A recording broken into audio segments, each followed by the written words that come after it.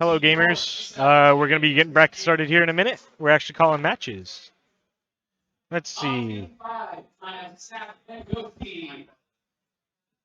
No stream match called yet. I'll update you guys when I get word of who's on stream. I'm gonna guess Sack and Ghosty, or no, Jaybird and Mob. On stream tonight, Babypowder and Brub. Oh, Babypowder and Brub. Okay. On stream, Babypowder and Brub. On TV7 tonight, Jaybird and Mob. TV7, Jaybird and Mob.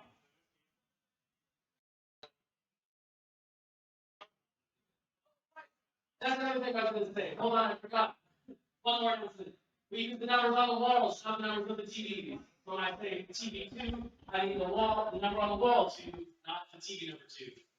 That's the other announcement. My residents are in the back and the front.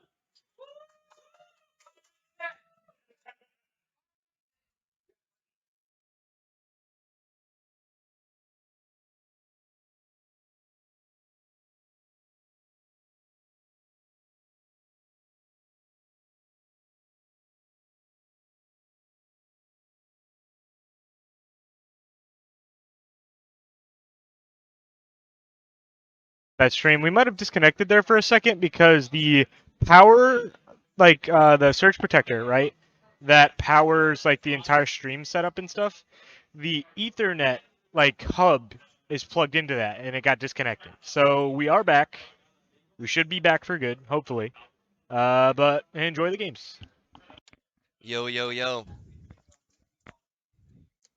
Alright, this is Miyagi on the mic. This is the shit. And I assume they're not playing it. They accidentally knocked over that, which like unplugged this and that, so the computer disconnected, which means I have to reconnect Slippy. Well, okay, I should probably announce that into the mic. So as I said before, the Ethernet got disconnected. Yeah. And so we have to reconnect on Slippy. Oh, okay. So they're actually playing right now. Okay.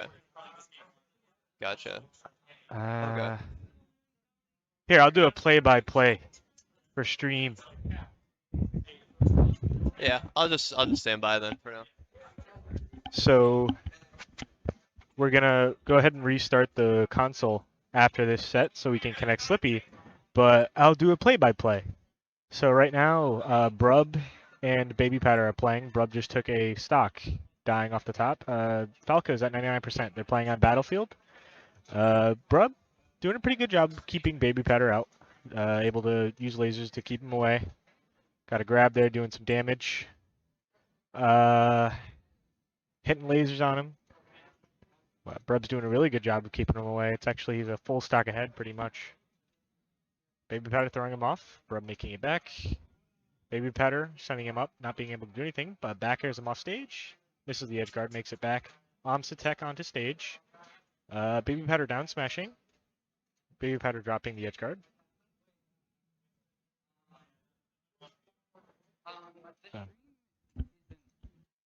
Yeah, so what happened? No, police! It's under control! So, Babypowder taking the first stock. And he's behind by 115%.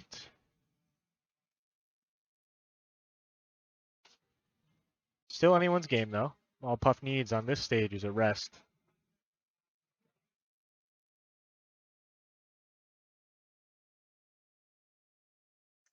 Brub getting a down smash, making it 3 stocks to 2. Has 14%. Babypowder getting the up throw rest. That's all he needed. Died off the top, too, so Brub unable to punish. Let me back up a little bit so I don't get heard by the players. It's a slugfest right now. Just attacking each other. Neutral's nothing but damage right now. Babypowder weaving around his attacks now. Back throws him off stage. Gets the back air. That's good. Takes away the stock. Successful edge guard by Babypowder.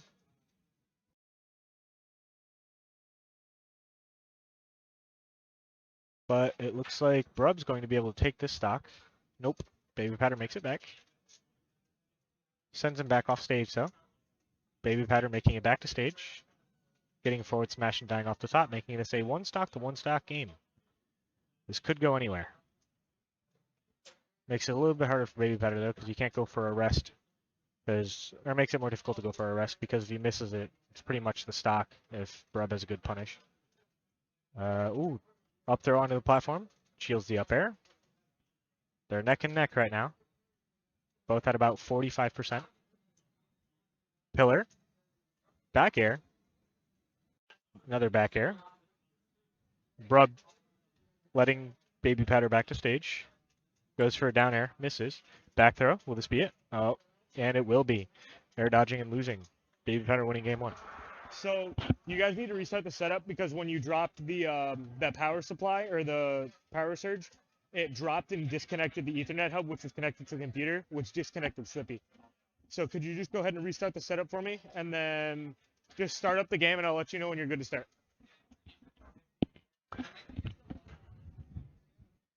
All right. Yeah, so we're not on gameplay. Let me just reiterate for the stream. We're not, for those who weren't here, the power surge protector that was connected to the Wii ended up dropping, and connected to that surge protector was the Ethernet hub that the Wii and the computer are connected to route them to the router, which disconnected it from the Slippy connection. So we weren't able to stream that one. Let me know when you guys are have the game open.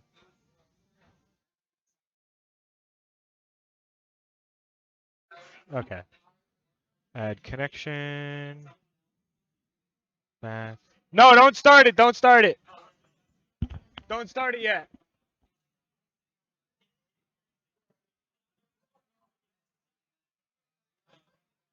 Console. Add connection. Target folder. We got to set that up.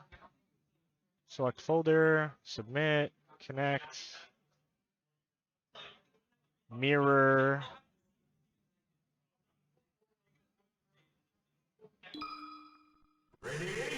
All right, you guys are good to start.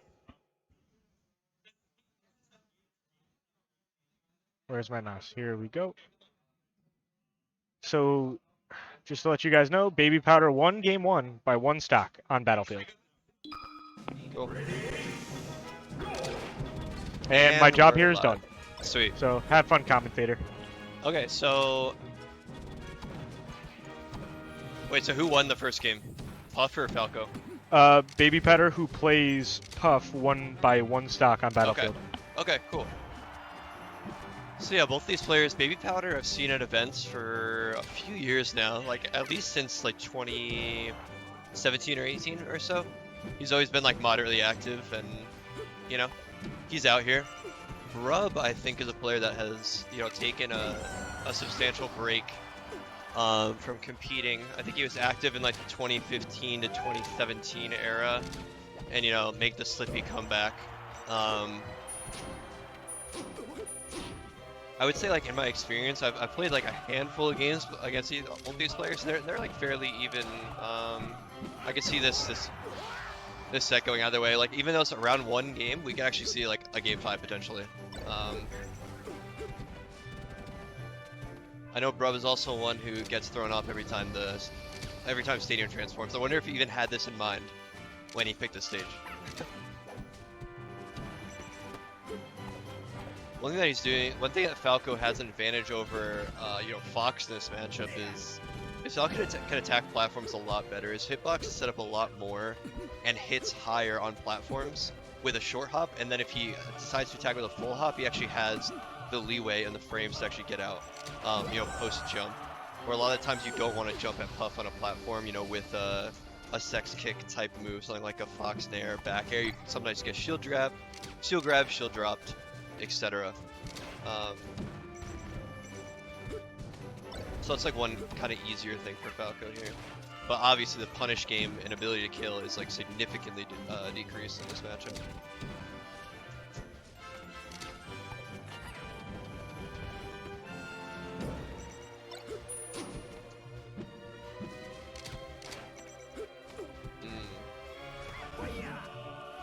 Oh wow, barely makes it on last pixel. Recovers high, and not really a very good angle either.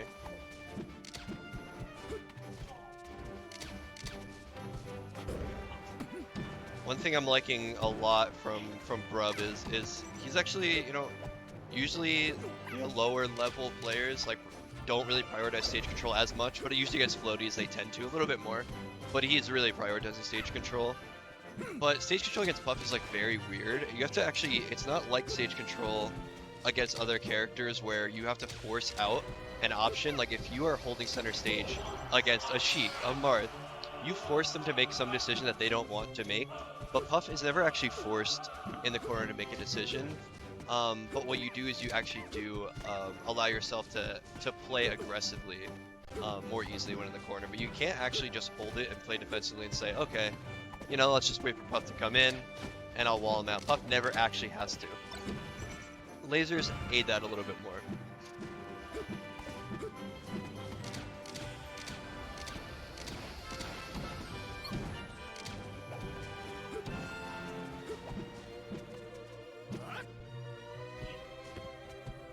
I'd like to see just like permanent up tilts.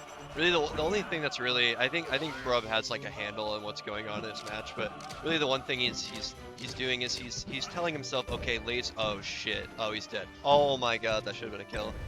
He can just double jump after that, full hop up air and get a rest there. Famous tech trap. Oh, barely killed. Delivery not kills. Getting fancy again, attacking safely with a short hop, which is a really nice thing as Falco here. God, that was so risky. A backwards facing shield drop down there. Very easily whip punish. Nice job. Catch them coming out.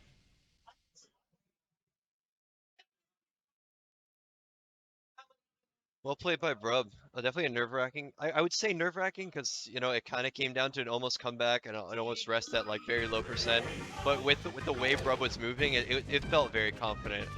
And this is what I want to see more is when in close range he needs to drop the lasers and go for those hitboxes, something like an up tilt or a back air, or even a full hop and open up, kind of see what Puff wants to do. That is something you almost never want to do against Puff. As soon as you force yourself below the stage even with your double jump, you are basically saying death, because Puff can choose to cover anything they want prior to that that posturing off stage, and as soon as that happens, Puff can go off stage and automatically just react and weak forward air you and you're dead. Like, you basically have nothing to save you. It's like you really never want to do that.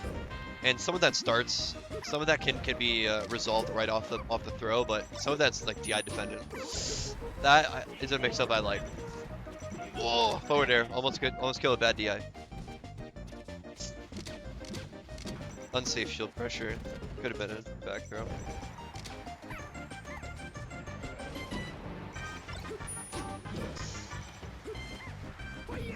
Nice recovery, that should kill, yep.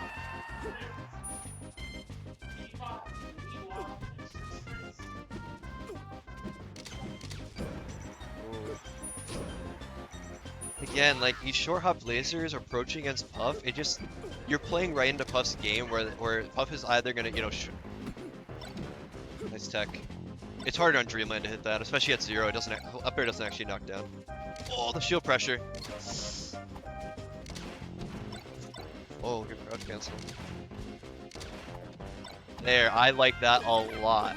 That is how you have to use stage kick pressure on Puff. You still need to use it aggressively. You still need to do something after. It's not one of those things where most of the time, if you know, maybe posture for aggressively and then you can just be defensive and force a roll or something the rest of the game. It doesn't work on Puff. You never have to do anything. Good tech. And converts.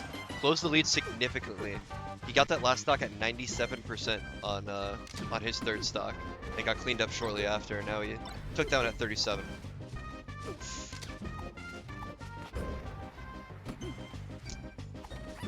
Babypowder is getting the hits, but could use a lot of punish game optimization.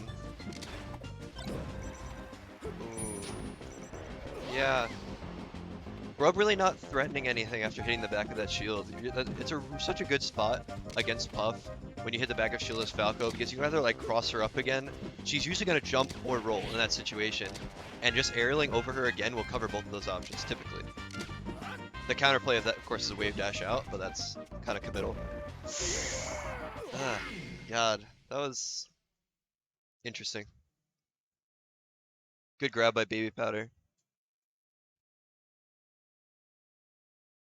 I am speaking more towards fighting Puff perspective, just because it's way more what I'm familiar with.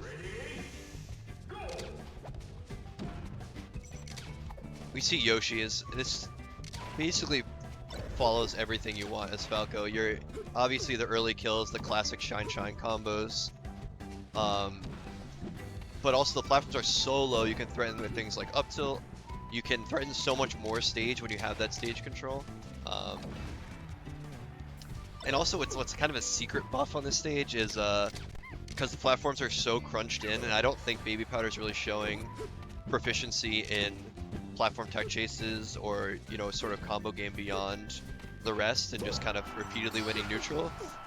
You're always gonna land on platform. Like once you're at like 30% as Falco, no matter what, you're landing on the platform. Even top platform. But we'll see. Really good call out on the jump there. Babypowder's making Brub feel really awkward feeling uncomfortable by the ledge. Brub also getting away with some kind of unoptimized shield pressure. And like it's not even like the unoptimized mix-up kind. Some of it is hitting an up tilt or a forward tilt on shield, which is reactable. Getting a little cute on Randall, but there's still so much comeback potential here. Really, really nice grab. That was fantastic.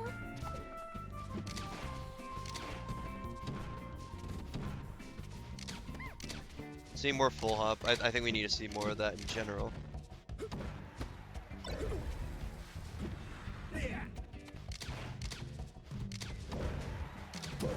Good. I think in previous games, Brub would have done an extra laser there and got himself hit. It's a good adjustment by him. Yeah, see what I mean? Like even at 15% it gets on the top platform. Hidden buff in this particular player matchup. Oh, good try on the grab.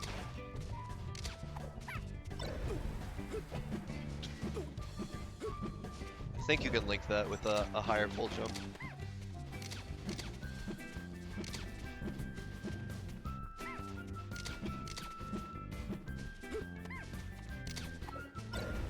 Nice cross up, really good job.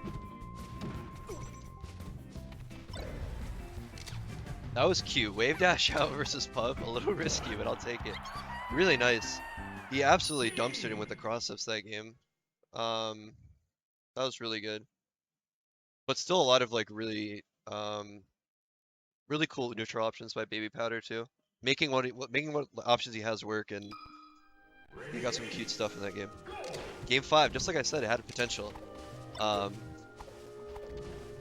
don't know how this is gonna. I don't know if this is necessarily good for Babypowder here as the counterpick, but he doesn't really have anywhere else to go. He already won on Dreamland and Battlefield, so right, he got the lower laser into grab that time. Nice. Oh, that was such a creative wave dash. Maybe could have led to a grab if he shield DI'd him.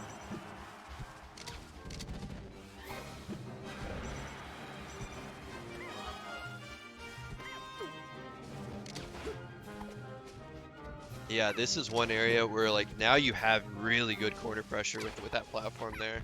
Oh, but gets caught with the wave dash. Oh, cute, but I really don't like that.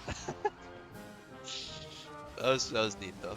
That would have been cooler if they're both like maybe mid%, or he was at high %. But he was probably thinking I'm dead if I don't do this. But he could have chosen to jump earlier.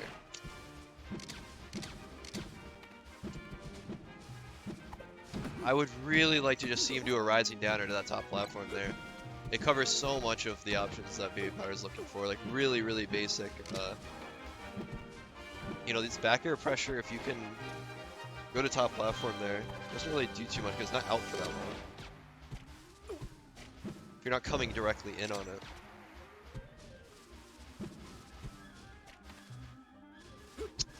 Ah. He's getting these advantageous positionings, but just not using it maybe to the best of his ability. I'll smash out a shield.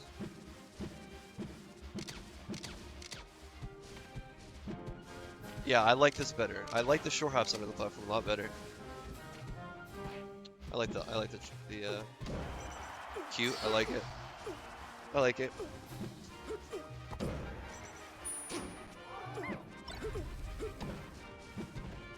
Very, very nice. Most broken move in the game according to Santiago. Nice. Good recognition that that doesn't actually reset the pup, it actually knocks them up, so good recognition there.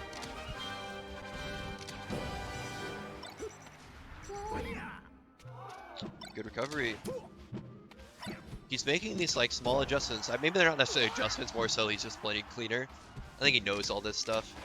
Like things like this steep high angle recovery, which he went a little too much inward earlier in the set. Now we get ledge camping. It's an area of the game that, you know, mid and low level players don't explore very well on either side really. So like it's always a toss of what's going to happen in those scenarios. Oh, nice. Speeding out. Yeah.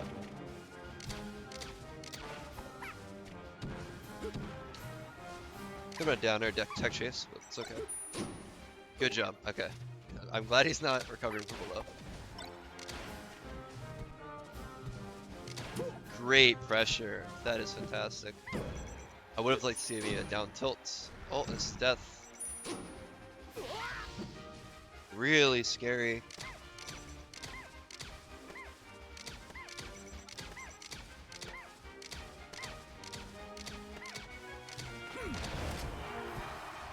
Needs to be an up smash there.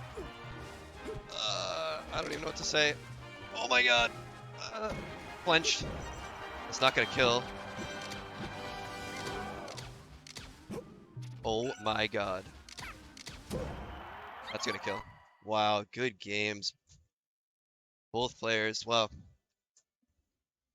Whew.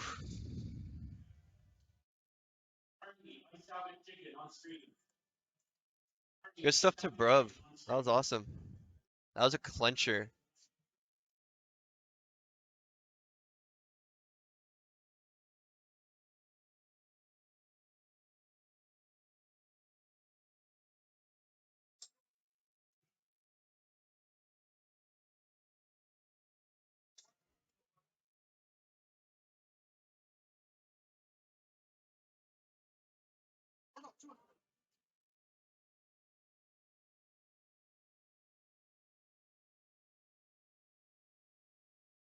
Good shit, dude.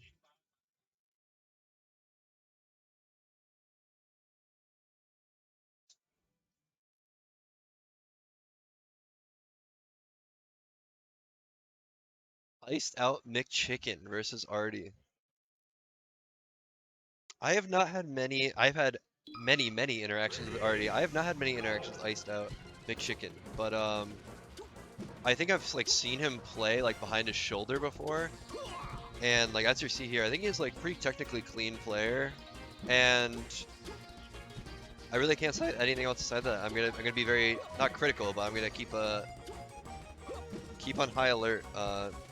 The options he's choosing in this game here. I'm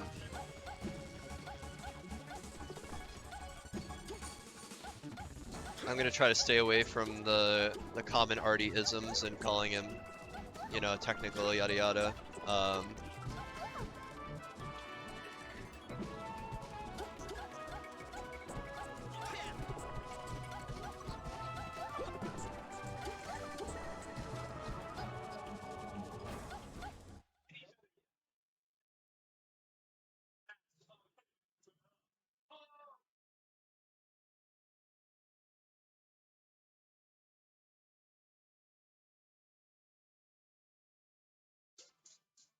I love iced out McChicken's hair, so even if he doesn't manage to become victorious in this set, he walks away with that dub. So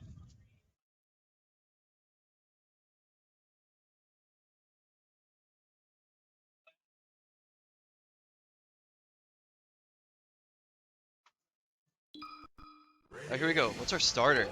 Final Destination. It's an interesting one. Immediate smash down on the first nair of the game by Arty. Fantastic defensive options straight off the bat. Arty not really a chain grabber at all. Like, I don't think I've never, he just doesn't grab. It's not even that he does chain grab, he just doesn't grab. Like, oh, catches the jump too with that DI mix up. Oh, a little too cute, but that's alright. Nice. But yeah, Arty straight up doesn't grab. Like, if he grabs more than like 4 times in this set, I'd be surprised. Power shield nair. That's hot. Paris Hilton, baby.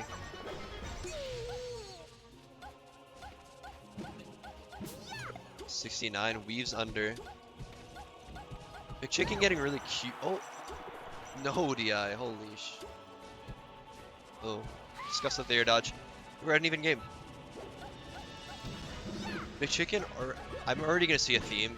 McChicken's getting a little cute in neutral with like lack of hitboxes. Falcon can actually utilize hitboxes quite well in this game, and Arty is not the kind of peach to wait out and get caught with cute things. Arty's gonna throw a hitbox. You're running through him, he's going to flow cancel. And flow cancel near you, or whatever. So I think that might be a theme, or maybe for a short time. We've seen 2 grabs already. I'm like, that bet's not looking good. Very cool. Very nice. This can be a roll up here. Yep. Nice.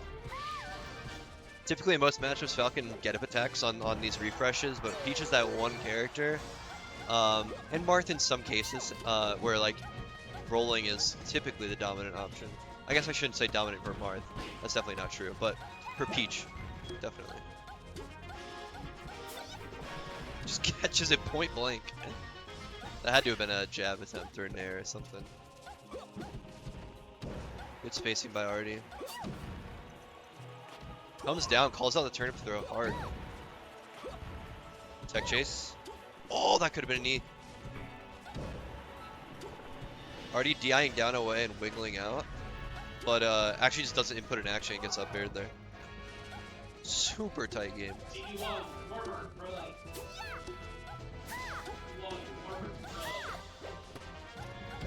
Reads the roll, that was quite nice.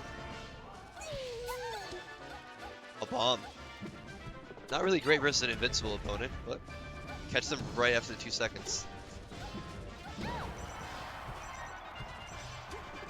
Kinda sus. I'll take it though.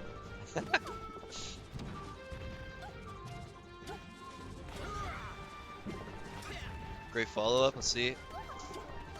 Looks for the air dodge. Doesn't pressure the weakness of Peach on the ledge. Arty definitely covers up those weaknesses better than any other Peach I've played. But catches the jump. McChicken definitely had some stuff there. That was a really good showing.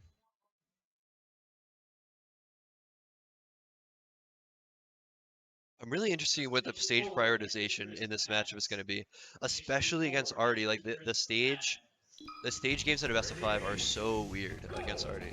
We go Yoshi's. Interesting.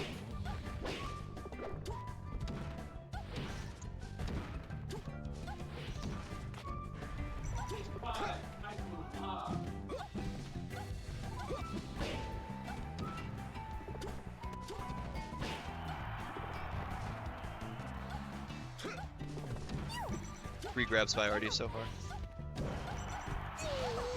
I like a few things from both sides. So, you know, McChicken, the very start of this game and last game, was doing a lot of knee, a lot of like, you know, in place, slow fall knee, something that's gonna catch, you know, a character approaching in, typically from far away or with someone with a range advantage over. But Arty's just cutting right through that. The start up of the knee was just way too. Yeah, that's very hard to cover as Falcon. especially against the stage camp back here. But I was going for a lot of knee that was just kind of cut through by Arty's aerials. He tried to run up shield earlier in this game that I think could pay off a little bit more. Oh, bad DI. Just trying to go to the platform off the up throw. Pressure is so insane by Arty. I don't think I've ever been hit by a stitch by Arty, but he just zeroed to death to me while holding the stitch every time. Wow, great tech. Like, he just is not throwing it. He doesn't grab anyway, so who cares?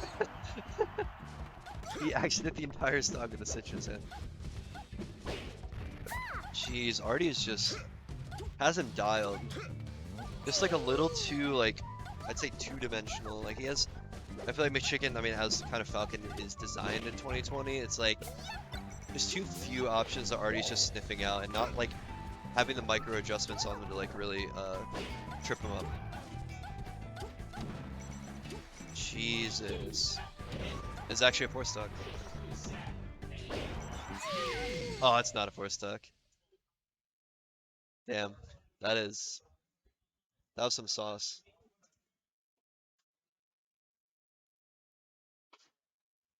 Hey.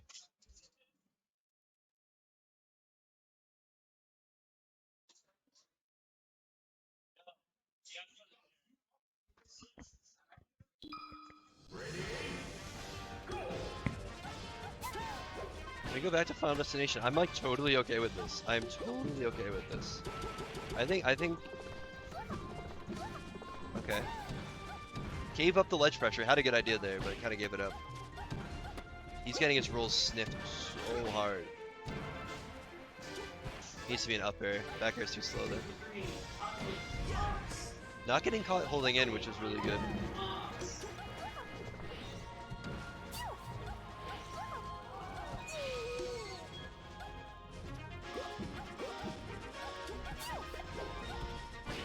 Ice is slowing down a little bit.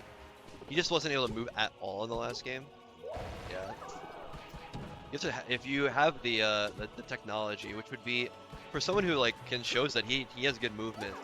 A more practical application would be if you can implement hack stash in that scenario. That's a perfect example of where an invincible hack stash is so helpful. Like, think of the difference. Like, he might lose this stock here. If he had the invincible hack stash, he could turn that situation into a stock for him. It's these minor little things that can change like the entire swing of the game, and like the entire swing of like how you perform in a tournament. Sometimes there's overarching concepts, and but I feel like that's a little bit less common nowadays with all the resources available. Those overarching concepts are, can be introduced by, watching streams, or I feel like the main thing is watching streams. You hear so much more thought process from players, and I think that's been like immensely helpful. Before, there's a massive knowledge gap and less of a tech gap in like the 2015 era.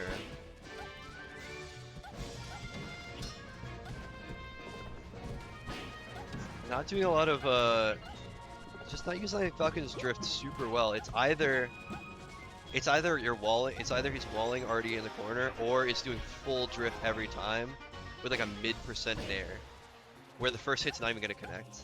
It's just a second hit mid-percent nair, which is quite risky. Oh yeah, I didn't even notice that.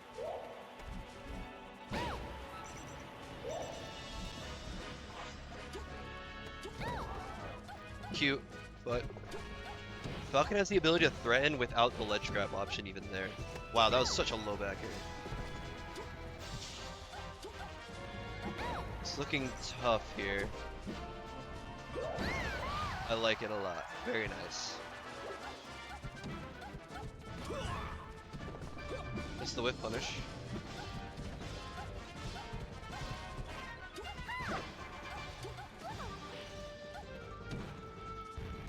Tricky drift.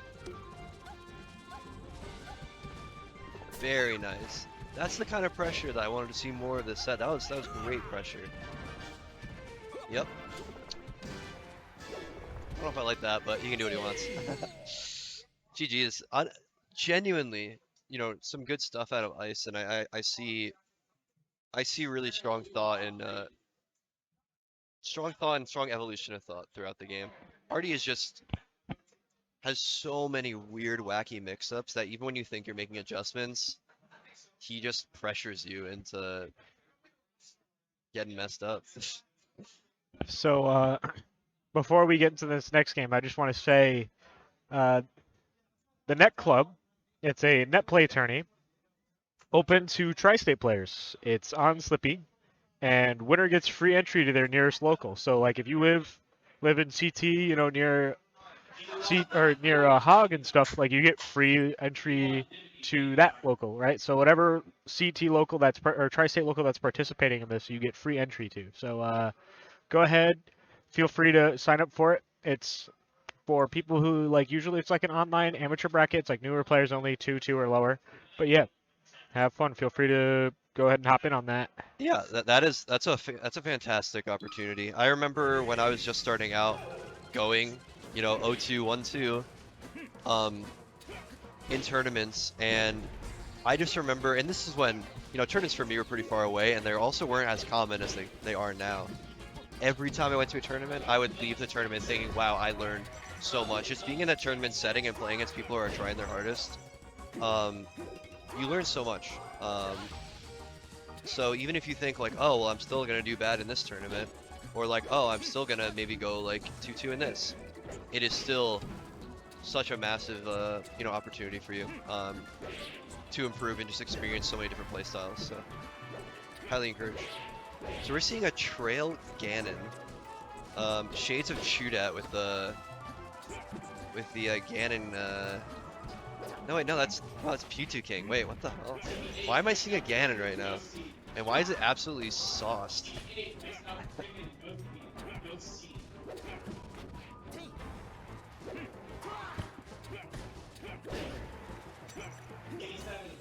Really, like the trope in this matchup is going to be, you know, largely based on just how clean is that Marth, and like how does Marth, you know, literally full on react to Ganon in your face, because so much of it is reactable, and Falcon's mix-ups are like pretty one-dimensional.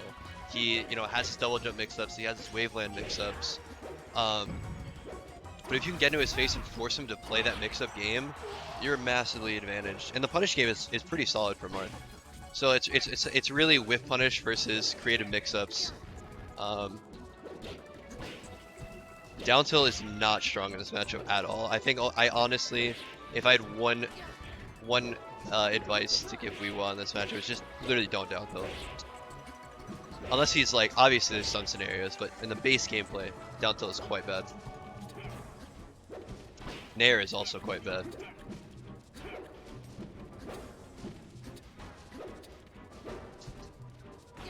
Very nice. Very. A little cute. We was playing the reaction game now a lot in this last stock. No jump.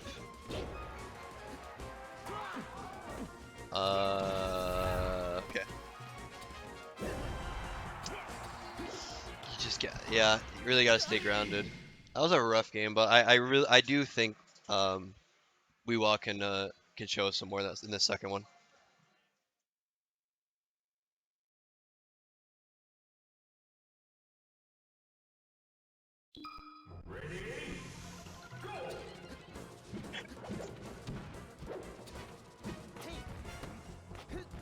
Falcon also, or Falcon, I keep saying Falcon.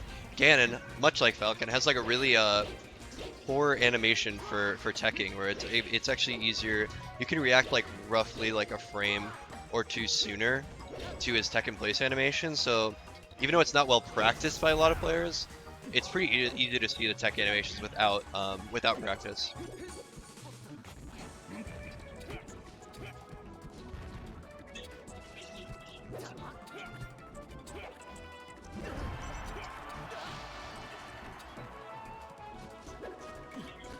Stream has been fire so far. We had a banger game 5, round 1.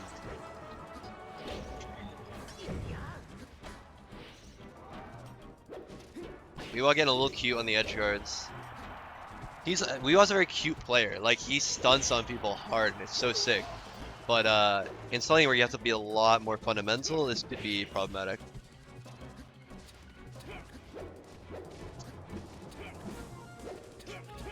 This is the dash back. Sus. Yeah.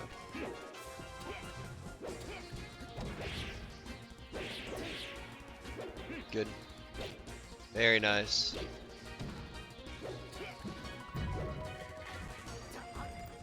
Yeah, honestly, both sets have been really solid. That needs to be a forward smash. Stop being so cute. Or down air. Forward smash or down air. Down air more ideal, but there's no reason to be going for like this down tilt shit against Ganon.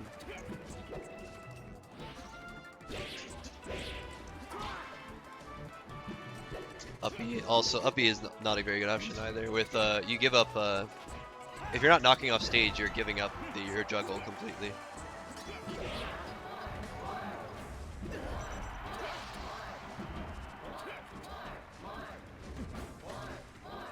Cute, I like it.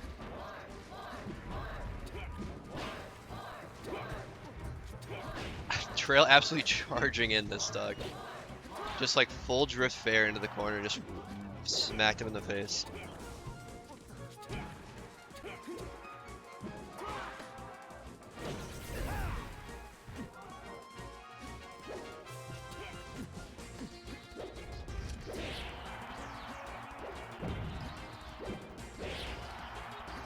Ganon literally looking like literally looking like Ganon in The Legend of Zelda, where it's like he only can do so many different things, and as long as you're not playing against none, you gotta you really gotta play around like the few options he has, and if you don't respect them, you're just gonna whack to get 2-shot, and you're gonna lose all 20 hearts in like 3 hits. You know, wow, what the hell?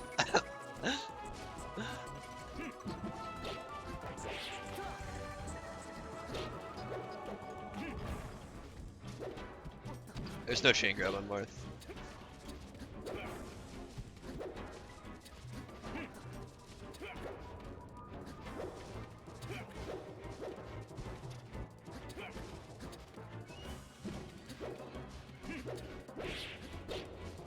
WeWa, like, he's just playing a little bit too far away when he's in advantage and playing a little bit too close when he's disadvantaged. And, because even in that corner situation, oh, sad. This is very comebackable, but he's like tossing these combos in the trash. But he's like he's not actually forcing Trail to do anything, and Trail understands this really well, that even when he's in the corner, he actually doesn't feel pressure to do anything. Which you need, like, that's really impressive as Ganon, because you should feel pressure to do things most of the time. But solid showing from Trail. I don't know why he just doesn't take, like, just going back to Battlefield.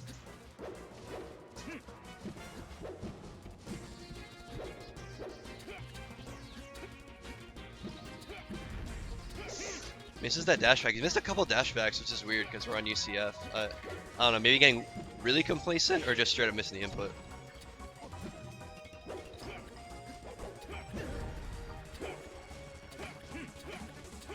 Hey.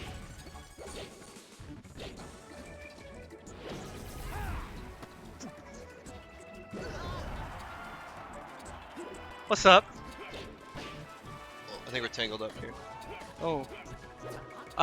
Game audio is kind of loud.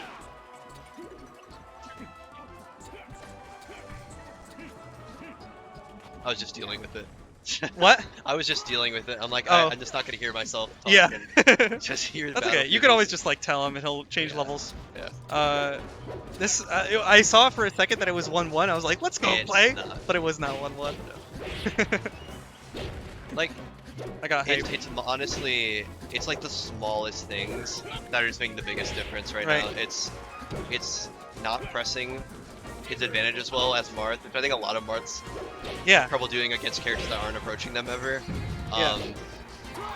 But it's like not pressing those advantages well enough, and like the combo Like game this. has been really bad. Like you can't let him The back. combo game and edge guarding has been really bad. But like there are moments where he's playing just so clean. It's like, okay, Trail can't do anything.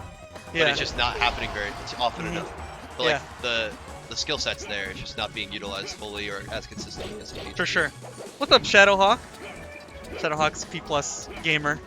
Oh really? Nice. Yeah. Your brother is too, right? He is, yeah. Does he still play Charizard?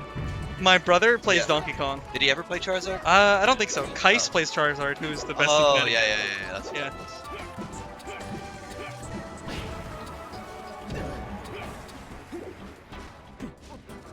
See, like sometimes like we forget that like characters are not as good as the top tiers and stuff, and we give them more respect Yeah, than they need. 100%. So like for example, when Ganon is like below ledge, up being, I mean you could just that guy's a Literally bad just character. forward smash or down Yeah, there every do time. you could do whatever you'd like. Like Yeah.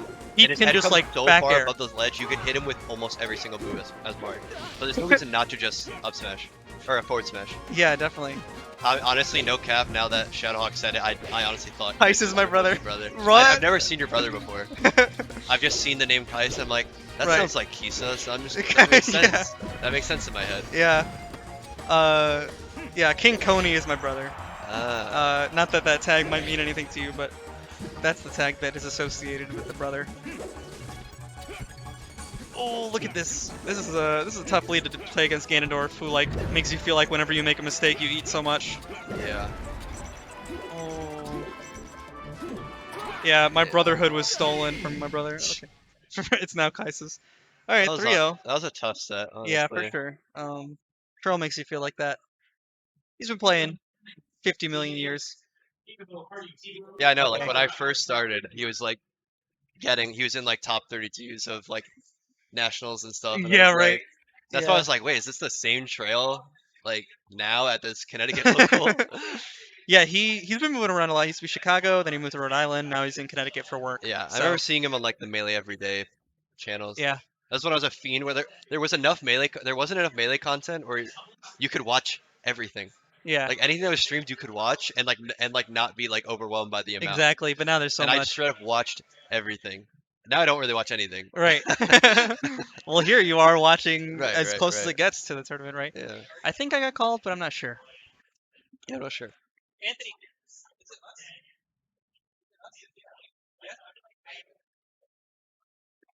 All right, I think I have to play.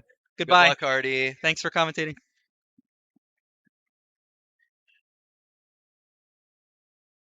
And I'm back alone.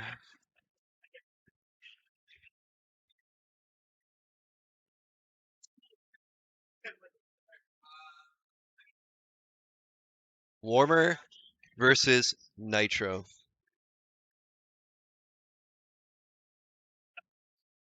Warmer, who I swear probably has played more Melee in the last, and probably more Melee in the last 4 years than like any single person in Connecticut. They're just a complete grind lord and just in such a respectable way. I just hard respect the way they play, and it's just can play so many different characters too. Just chooses to play Falco. I really like their shades of Falco in their secondaries, which is always fun to see. I've never seen a Fox like do the run off shield into back air, like pushing the shield off the platform into back air. Never see people do that with Fox. This matchup, Nitro I know is a PR player as of like 2019 or whatever. I'm not sure how accurate that is right now, but I've almost never seen him play ever, so I'm very interested to see him play.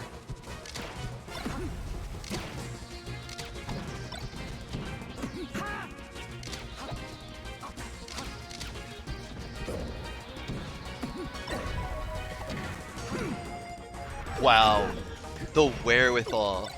That was such a good down smash. The amount of experience you need to do that down smash. Getting cute. Good reaction, good weight. It doesn't kill. Wow. It's the laser, the Fox killer. I saw more missile edge dash and warm-ups and I was like, I hope that doesn't go to the game. But it did. One thing I noticed playing this matchup a ridiculous amount of times, being a Fox main, is Falcos when they die, they tend to get cute and like really, like they just abandon their game plan in between stocks. They pick it back up. Wow, good to have a warmer, not getting hit by that. Should live here. No, it doesn't. They get cute and it randomly hit right after invincibility. It's like that random mental lapse of the inherent stunting that Falcos do.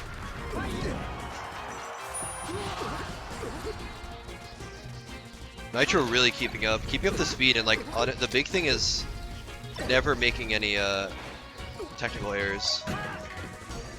Ooh, the shine out of range. He gets punished for it. That feels bad, man. Oh. Wow. Slow fall to dodge it. Okay.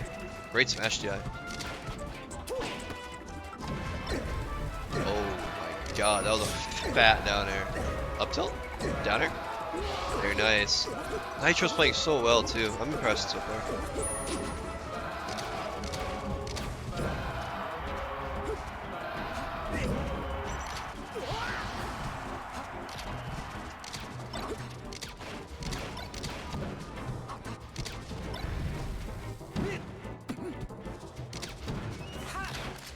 Wow, that was a fantastic run of shield. It's a shine grab. Oh my god, the mist, how? Nitro I know gets cute with the combos, that's for sure. That angle and the sledge dash again. That feels so bad. I think they said go back.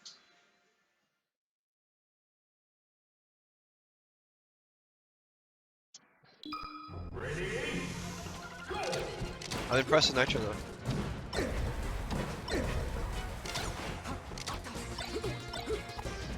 How did that shine not hit? Got stuck in the turnaround on the shine, I think there. Doesn't crouch. They're really juggling control so far. I can't say any player is like massively advantaged overall. Great whiff punish. Very clean. Playing very technically clean is Nitro. Good coverage.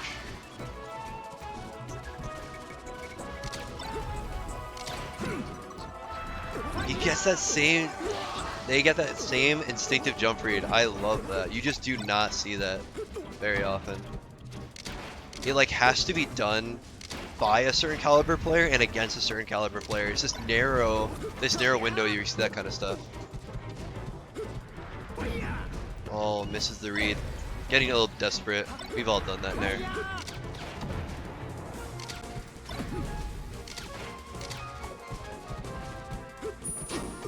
The crossover doesn't work as well. You have to do the crossover very specifically against Fox because of his really strong out of shield options. It doesn't work as insane as it does against Puff. But you saw Warmer try to do it there.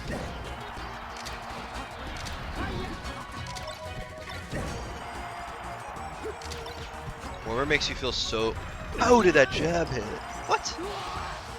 Warmer makes you feel so useless when you're in the corner. It's so depressing to play against. That's Falco, I should say. Or like, that's Fox versus Falco. Gets that stray big down air at 0. Wow. That was kind of a massacre.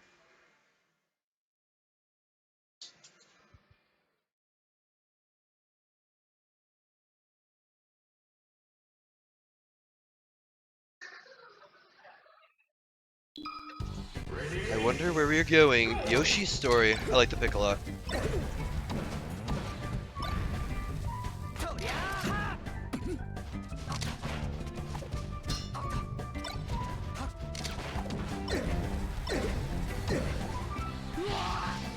Wow, I can't believe he couldn't jump out of that.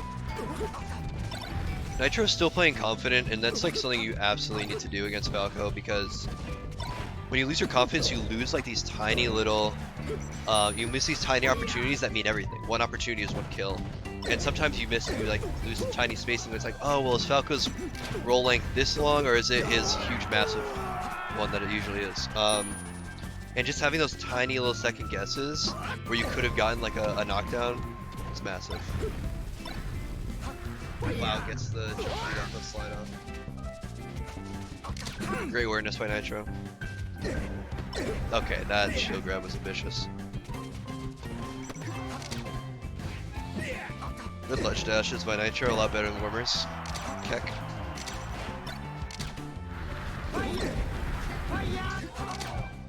Good recovery. Warmer, I swear, techs away on top 4 tech chase 90% of the time. That didn't kill. Really good. Wow. I'm surprised Nitro keeps rolling in there. I feel like seasoned foxes don't roll in there that often. They usually roll away. Or like into the corner. I feel like it's actually usually the safest option.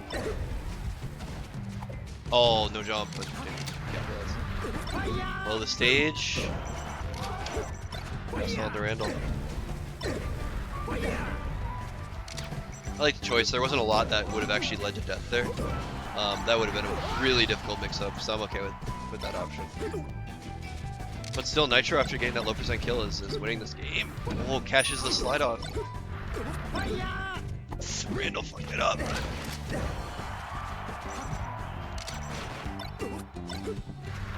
Okay, these shine stalls are getting cheeky. I like it. Okay, this is death for sure.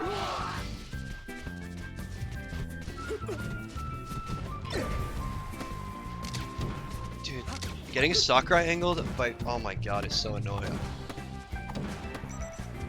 What's up? Good, how are you? Yeah, me too.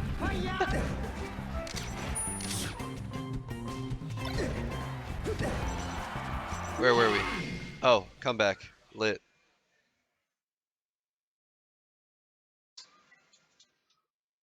It's a good set. Good gameplay for both. They're both making both playing technically cleanly, besides like some misledge deaths by Warmer, and like both playing confidently. So it's like just like I'd say like a pretty good representative of their skill. Ooh, wow, that hurt. Gets out with the staling on the third shine yet. Still gets hit. That's when you really know this is kind of dominating. That's when you really know a Falco main who can capitalize off the mix-up off the stale hit, or like a Sheik main who like forward tilts a stale hit, or forward tilts a knockdown when it's stale. Wow, smashed yeah.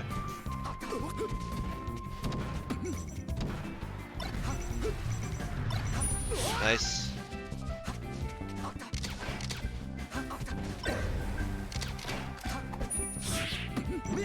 Okay. Up tilt? Nope. That would have connected there. Nitro really doesn't, like, he plays very aggressively in the sense that like he wants to be the one hitting you. He does not want to whip punish you or like up tilt you. I don't think he's up tilted a single time. He's never tried to whip punish a grab, like with a grabber ever. Or he hasn't even tried a power shell. I don't think I've seen a power shell in this game. He has like a very clear set plan, which does work well versus Falco, and it's a lot more consistent to execute. Just running out Falco in creative ways works really well. It doesn't require like the super tight timing that's required by playing sort of the Leffen-esque way. This is a dominant last game here.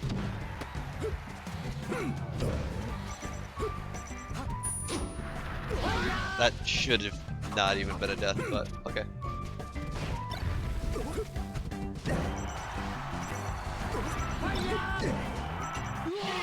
That's GG. Still a really good showing from Nitro. I'm impressed with his gameplay overall. He's got some good stuff. So good stuff both players. Warmer clearly the favorite there. So they move on to winner semis. I'm not sure who they will play.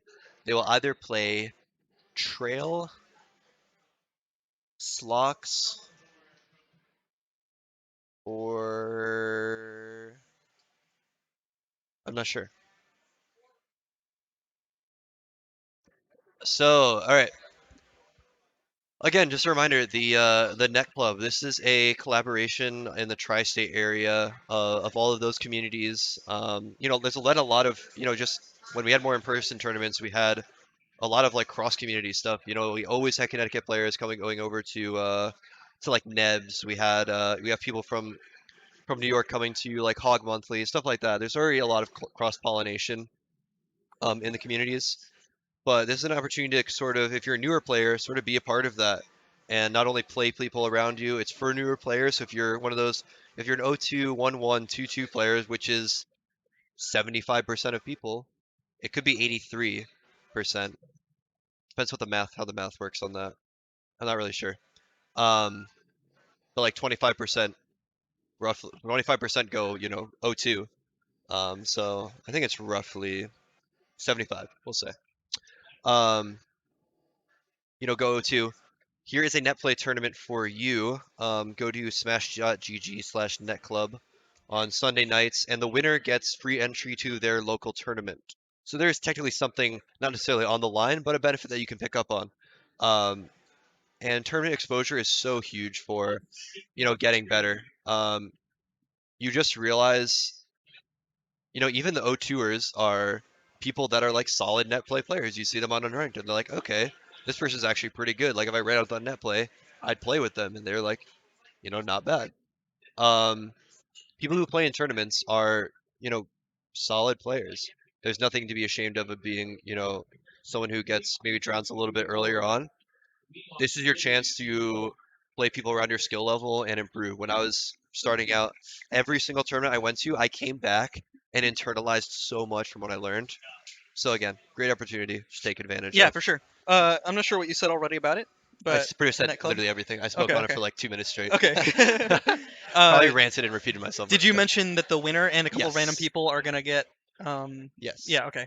Free It's venue. just the winner of the whole tournament. It's not like the highest placing for each local, right?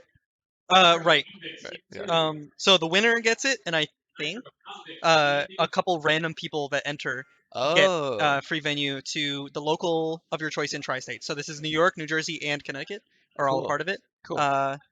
So yeah. Very awesome. Yeah, I remember. I mean, I didn't have like a lot of. I had like probably just gotten my license when I started playing Melee. Mhm. But like this was kind of far for me to drive. It still kind of is. Yeah. But I would go to a tournament, and then I'd like learn it from it, sit on it for like a month, wouldn't go back. But I would just like internalize. I'd be like, damn, I learned so much. When I go Yeah. back next month, I'm gonna learn even more. I still got waxed every single tournament. Oh until, yeah, that's like, how it is. until like 2 years, and then I remember this like when like that old Yukon crew of like S2B. Who's the Peach player? Doom. Doom. There's a Fox player. Mhm. I forget who he was. I bet I would know him if someone said his tag. Yeah, yeah. There's Fury, who was Falco. No, I think it was Fury, maybe. Oh really? I think he switched to Falco, maybe. Yeah, I definitely I don't played know his if Fox tournament. he might have played Fox at some I point. remember like, you know, getting like not mentored, but like, you know, getting a little bit of like advice from them and eventually beating some of them in tournament. I was like, let's go. Yeah, right. It's awesome. Yeah, like the climb up is so beautiful. It's nice, and it doesn't feel like that on unranked. No. Or like when you're playing online, you know. The thing about unranked is you could play for like 4 hours and beat everyone one day, and you could play for 4 hours and lose to everyone the next day. Yeah. It is very Whereas weird. like at a local, it's the same group of people. You can like take things you learned against those specific players and like apply it the next week. Yep. You You don't get one and done by anyone. exactly. They can't one and done you in real life. Come on. Rocking the easy money tag again. Yeah, I think he's just taking it easy, which is what he's going for. He's not Yeah. saying that it's free money. I mean, or I know something. I don't know if the tweets are deleted or not. I don't think they are, but like he was. I don't know if you follow him on Twitter, but he was tweeting that he like doesn't really care that like he doesn't want Yeah. you to compete anymore. He hasn't felt like the drive Yeah, lately. he's just like, I just want to go and hang out with people. Like Yeah. I'd rather just like. But like to be fair, if you're this godlike at the game, you Yeah. can show up to one of these locals, like bring home like $50 to $100, and be like, okay, well I played a Let's video go. game that I'm already Yeah. godlike at, and came home and brought home some money. So he's going Falcon here. Yeah, Falcon has worked pretty well against Kikoho in the past. I don't know if he's playing Falcon the whole tournament or if he's just playing against Kikoho. So these two played in winners and grands last week. I saw the puff part of the grand finals last time. I was playing warmers and friendlies, and I was like, all right, let's watch the grand finals, and it wasn't a very pretty sight. Yep. But SloX really in the almost like, I don't know if Smucker still does this, but I remember watching Smuckers, like, I think he did really well at like one of the bus tournaments I remember, but it's like the double jump mix up gameplay style of like double jump slow fall, double jump fast fall. Right. He does that style versus Marth a lot. I see SloX too. Tries to pull back. I Yeah. like it. It really only loses to the counter. Yeah, that mix Field up would they've put- been having. Yeah. Yeah. You either whip punish the aerial or they get pushed off the shield. Right. Unless you do a perfect ledge dash as well. Yeah. You can also shield DI in so that you don't get pushed as far. Off a It forward might- smash, I feel like you're still getting pushed to the ledge though. Yeah, possibly. Yeah. Gets a huge opening here. That doesn't connect, but it's okay. Wow. that looks like it's it, yeah. That pivot Kikoho- whip punish. He has a knack for just like, you guys think you're playing neutral against him, and then he tippers you, and you're like, wait. Yeah. Where did that come from? I didn't realize. Because you can only play so slow versus Marth, and everyone's gangster until they get, tippered in the face. So. Oh, we see the Fox again. I'm very excited for this. Wow, Crash Kills punishes the approaching forward. That's why he's like actually close enough to hit that. That's usually like kind of a fake thing that Foxes do. That's really nice. Wow. Old school Mango drilling on the platform, forcing the shield. Love that. So somehow I failed to mention that he switched to Fox. Did you mention it? Yes, I did. Okay, you did. I was listening. I was internalizing it. I think you were listening, but not internalizing. Yeah, exactly. Even though I just said I internalized it, I did not. But as a commentator, I'm supposed to be like paying attention. Right? Yeah. Okay. Wow. Sweet. I actually like going for raw grab against Marth on the ledge because it really only loses to the area. Yeah. And if they do an aerial ever, they're gonna have Yeah. in lag, and you know.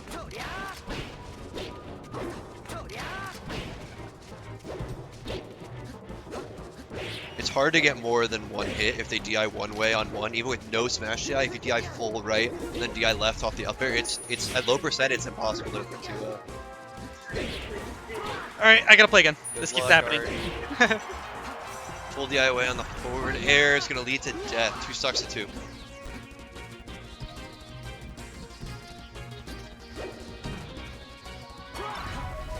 Wow, that's hack stuff. That's hack Zenith 20. I forget what tournament. 2015. He like shined McChicken like that like a million times. I mean, that he shut out me, man. Dude, have fun, man. Kikoho at like past Sakurai percent and like under 50, he's legitimately just holding down in the corner. Because SloX is like one of those like, I hate calling him Mango like style, but like he is one of those like, I'm just gonna nair in, mix up nair in, and just try to open you with like a fat aerial, with like these really minute timing things, but you can't out time a crouch cancel. Yeah. It's not a timing based thing, it's a percent based thing. Yeah, what's your tag by the way? Camp. Camp. Oh yeah, I saw you play the other time. But yeah, Yeah, Miyagi. Nice. Oh yeah, I was commentating you play the other day. Yeah.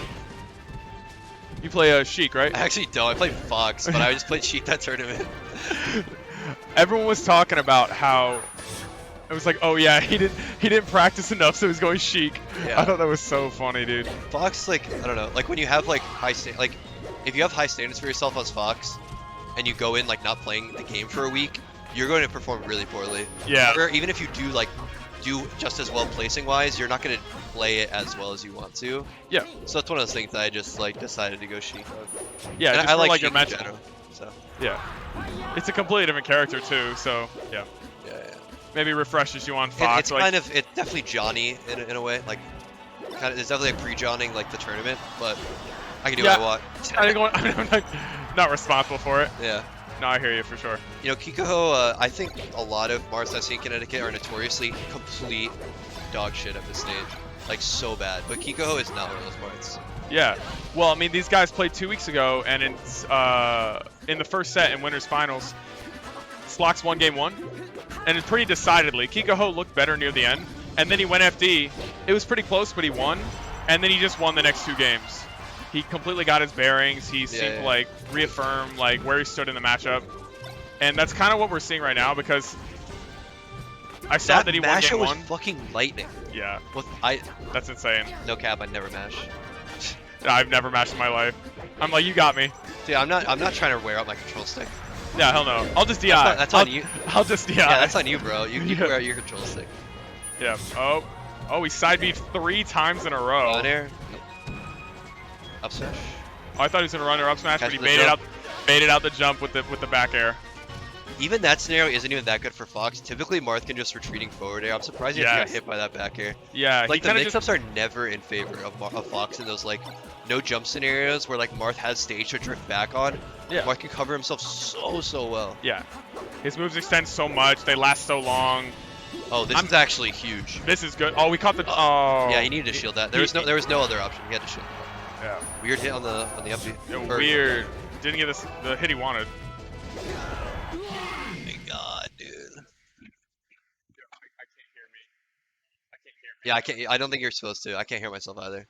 I leave one. Yeah, you should be able to hear each other, not yourselves. Oh, really? Oh, it's when I'm on it. Because here, I'll turn it on so you can hear yourselves. There's the delay that makes it hard to talk. You'll see what I mean? Yeah, I don't want you to do that. Yeah, never mind. I've tried to commentate with that, and it's the worst thing. Completely ignore me. I would just commentate like this. Just pretend I don't exist. I take off If it's too loud, I can can't turn down your volume so you don't have to keep your ear off. No, it's fine. This is good. I thought you were just trying to be cool, but never mind. No, I'm not cool. Look at this guy. No. He's got one. Looks like a producer in the studio, mixing up some good matches. What? Did either of you see who won the previous game, by the way? Oh yeah, Kikoho won. Thank you.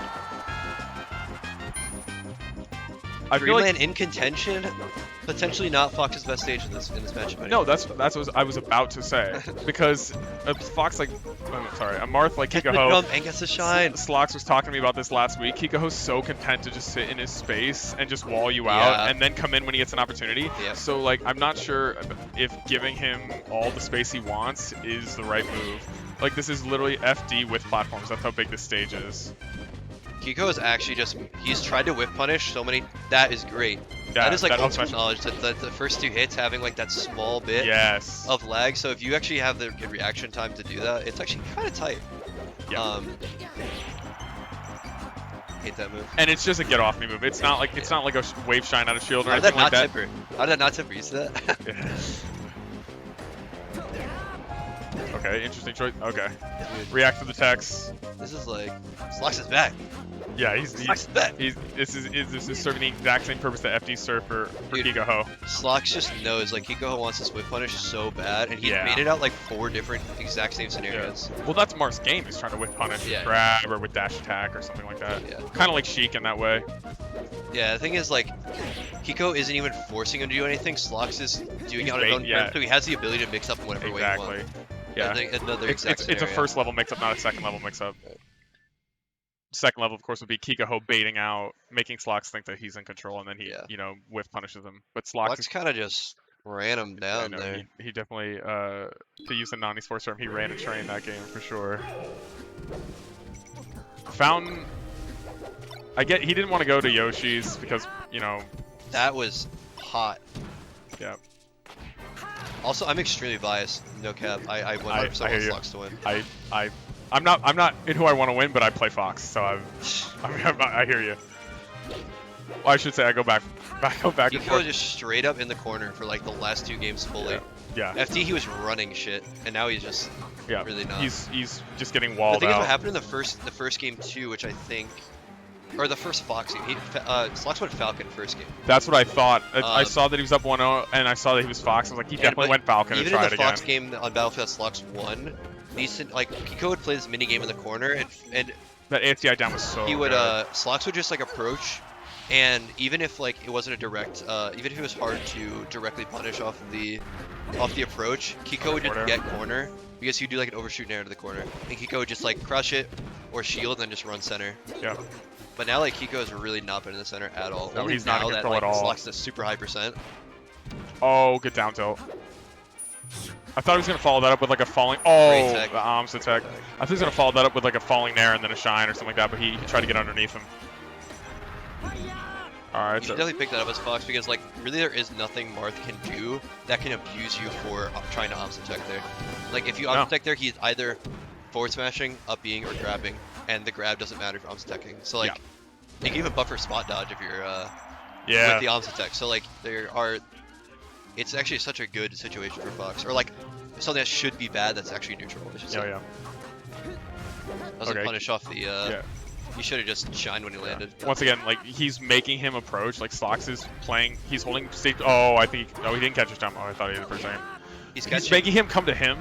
So now Kikoho's just running in with grab, and that's so easy to punish. He just spot dodge. Also is Yeah, and that's so well played. But also the big difference is in that corner scenario.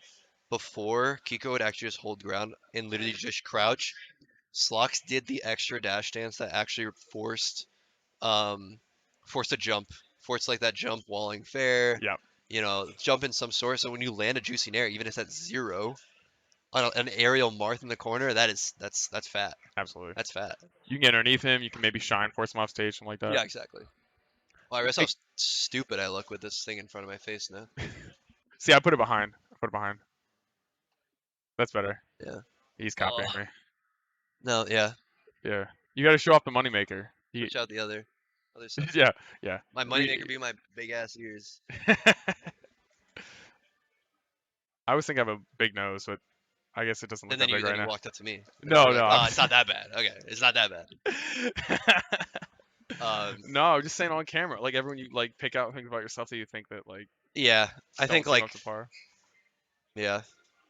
Like, I remember there's what is the New Game Plus? There's a New Game Plus turn I commentated at, and like they were like being super rude to me and my co-commentator, like this like group of like randos in the chat, and I was like, damn, this guy's kind of assholes. This is like 2015 or something. It's oh like a yeah, long that time was ago. when it was still okay. Yeah. Everyone's I feel like everyone knows people like by their like Twitch name even now. Like if you're anyone relevant, like people generally know who you are. So it's like most people do that. I feel. Definitely. Wait, so Camp, how long have you been playing Melee? So I started playing in 2015, and then I played really intensively for like probably a year and a half, and then didn't play for a few years, and I'm like just getting back into tournaments now. Nice. And I've been commentating like for a little while now. Sweet. I've been doing stuff like that before, and now I'm back in it. And I really enjoy it. Nice. I think you have a good knack for commentary. I like your voice too. Thanks, man. Yeah, this is a run back of last. I Oh, I they haven't really played? been here super often, but the last time I commentated, they were actually They were grand final. No, they weren't. They were winners finals. They're not playing. No, this is Worms. I was wondering. No, they were winners finals, and then Warman ended up dropping like a set against a Fox player named Q, who's absolutely cracked. Super respectable Fox. Like I think this player is like easily PR. Like I would say like somewhere in the 6-7 range is Q. So like, and Warmer I think is 4. I think. In the New England PR? In Connecticut. Oh, okay. I was like, damn. So I think, you know, it wasn't like a huge upset, but it was still like unexpected. But this winner's set went like pretty heavily in Trail's favor. I think it was 3-1. Yeah. For Trail. Trail, old school Ice Climbers player. Yeah, super old school. No wobbling. He's still doing really well. He's nice. He's not like other Connecticut Ice Climbers that quit after wobbling gets banned. No. I wonder if there are any of those around. Honestly, I even forget his tag, but I played him so many times. But I'm legitimately firing shots because, yeah, I don't give a shit. My second tournament ever, I played Ice Climber players at UConn. I went to the old UConn like tournaments they used to have, and he was wobbled this in like me. 2015? Yeah, it was like 2016. Was it S2B or like after that era? I think S2B. Yeah. It sounds familiar. He wobbled me like 6 times. I was mauling, dude. Yeah, I would literally. Wobbling is just way too OP versus like new players. I think it's OP in general. Like it's an actual. I do hate it too. I was talking about this. I think it was literally talking about it last night. Oh, because I was watching like some old clip. For some reason, I was watching like Leffen versus Bananas at like Smash Summit 7 or something, and Leffen was like just completely fucking him. And anyone listening, I'm like the slightest Leffen fan, but he was Who absolutely fucking who isn't, honestly. true. I just think he's hilarious, but he was destroying him on FD, like 4 stocks in one, and then the guy literally wobbled him 4 times and won. And I was like, this is. Actually, He's that not wasn't- good was at the that game. Leffen or was that Mango at Summit? What? That was that- oh no, banana. Shootad did that to Mango, but this was Bananas against Leffen. Didn't he And- also go to Summit one year though? What the hell? What? Okay. Didn't he also go to Summit though? Bananas, I think. Bananas? Yeah, I mean, I think this was the summit. I don't know. I don't. Yeah, have I believe you. If you're I a don't. huge Leffen fan. I don't know. I'm more of a fan of Leffen on Twitter than I am of like, I don't know. I think he's fucking hilarious. But besides the point, we got a good match going on right now. I do Trail. have a comment about wobbling after this match though. Warmer playing really well. I remember Arcadian like 3 years ago. Warmer went to. That's gonna be a plug. Warmer got 3rd, I think. I got 4th. Little plug. Humble brag, humble brag. I think it was a New England Arcadian because I think I was PR in Connecticut. I'm not really sure. I think Warmer was too. But Oh, good shine off the top. But Warmer got smacked by the same Ice Climbers players I was referencing to because they were just really bad at the matchup. Like just was not used to it, doing a lot of high down airs. But this like completely flipped. Like Trail is an extremely respectable player. Yeah. And Warmer's playing really solid. My first tournament back, this was like a month ago or something like that. I played Trail in like my first or second set, and he like double 4-stocked me, and like I was just hitting his shield, and he was just grabbing me and just doing like these sick combos. I was like, oh yeah, this is how it feels. I remember this very specifically. The biggest thing that Warmer's done this game is like actually like legitimately hits Nana. And like looks for that Nana hit. Like the first time Warmer makes contact with the Ice Climbers, it is a hit on an unshielded Nana. Yes. Almost every single stop. That's what you need to do, because otherwise you're risking them. Like even if oh wow, what a That was follow up! fantastic. That was phenomenal. But like very few like wasted moves. Like trying to like F with shield pressure and stuff. Like super calculated. So. Yep. You know, when you play against these wave dash characters like Ice Climbers, like Luigi. Yeah, I was about to a lot say of Luigi. people like unless you're like task level, they move in very specific units. So like and they have to commit to a movement well before they actually intend to use it. Yep. So Warmer's actually, you know, catching that movement intention a lot at low percents. Yep.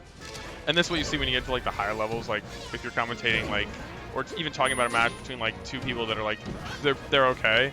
You're gonna be talking about like what they're actually doing as opposed to what they're intending to do. Yeah. Like with the way they're positioning themselves, the way they're setting up, not just their moves, not just their combos, not their punishes, but their movements and like the way they commit to certain things, the way they position themselves on the stage.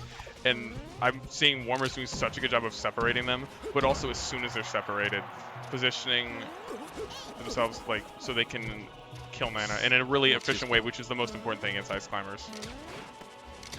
Sopo versus Fox and Falco is like this is 0-100. It's like this actually might be a 10-0 matchup. the thing is like when Spacey's the one luxury, the thing that separate like you know gives Spacey's the hard time and why the top like a lot of high tiers and top tiers are good versus Spacey's. Is Spacey don't have range.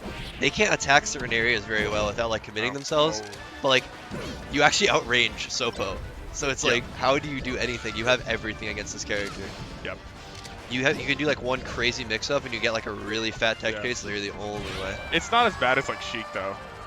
Sheik versus Sopo is like 11-1. Like I have no idea what Sopo's supposed to do in that matchup. Warmer with and clean... Nano with the clutch double jump. Yeah. Warmer with like let's see how this standoff goes. He's so good at those. Very nice. It almost feels like you're getting wobbled. Like he doesn't drop Dude, it. what? Who covers that? As sorry. Ice Climbers. Who covers that? This Nana can make that back with double jump here. Trail is actually better than Nintendo, dude. I have beef with like all Ice Climber players except at the moment. Except the one that's still playing. I'm okay with wobbling. Like I'm okay with like Nintendo like wobbling at like high level. You know, it's like the thing is like, do you play any other like competitive games or like any other like I don't know like online multiplayer games or whatever, like League of Legends or anything? Not really, no. But it's like when you have a game like League or something, it's like when they balance the game. I know there's no balancing in this, but we have a rule set to sort of balance out like broken shit. Yeah. when you balance out a game, you balance it for all skill levels. Like, wobbling is only balanced at like the highest level of gameplay, Yeah. and it is so effing broken at low level. Yeah. Like in bronze, wobbling would just absolutely dunk everyone. Like if you do like Slippy win rates per, like once rank comes out, per rank, in bronze and silver, Ice Climbers, if wobbling was enabled, which is not, would be just astronomically high. Ice Climbers would be the highest win rate character. Yeah, because no one, it's like almost like how Puff used to be. Like no one knows exactly what to do, so you're just hitting their shield with high nairs, high down airs, you're getting grabbed, and then you're just getting hitting infinited because... Yeah, Puff less so, but yeah, I see what you mean though. The thing is, like, I think a low level Puff can't really... When they used to fly out Puff players to practice against because nobody like played Puff or like no one really knew how to play against Puff. It was just one guy. Ice Climbers does like more, I mean, not as many now, but... Because Puff has a more like semi-traditional style, but Ice Climbers, they play so weird, and also they have an infinite. We're playing so amazing. On FD, clean JV2. I just want to say this right now, I know borderline nothing about Ice Climbers. I'm just trying to bring the knowledge that I have to the table.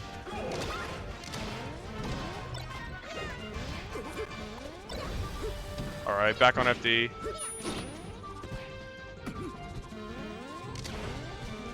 See how Warmer plays this matchup. Trail trying to zone out a little more. Wow, great separation. Oh wow, Nana just runs past the forward smash.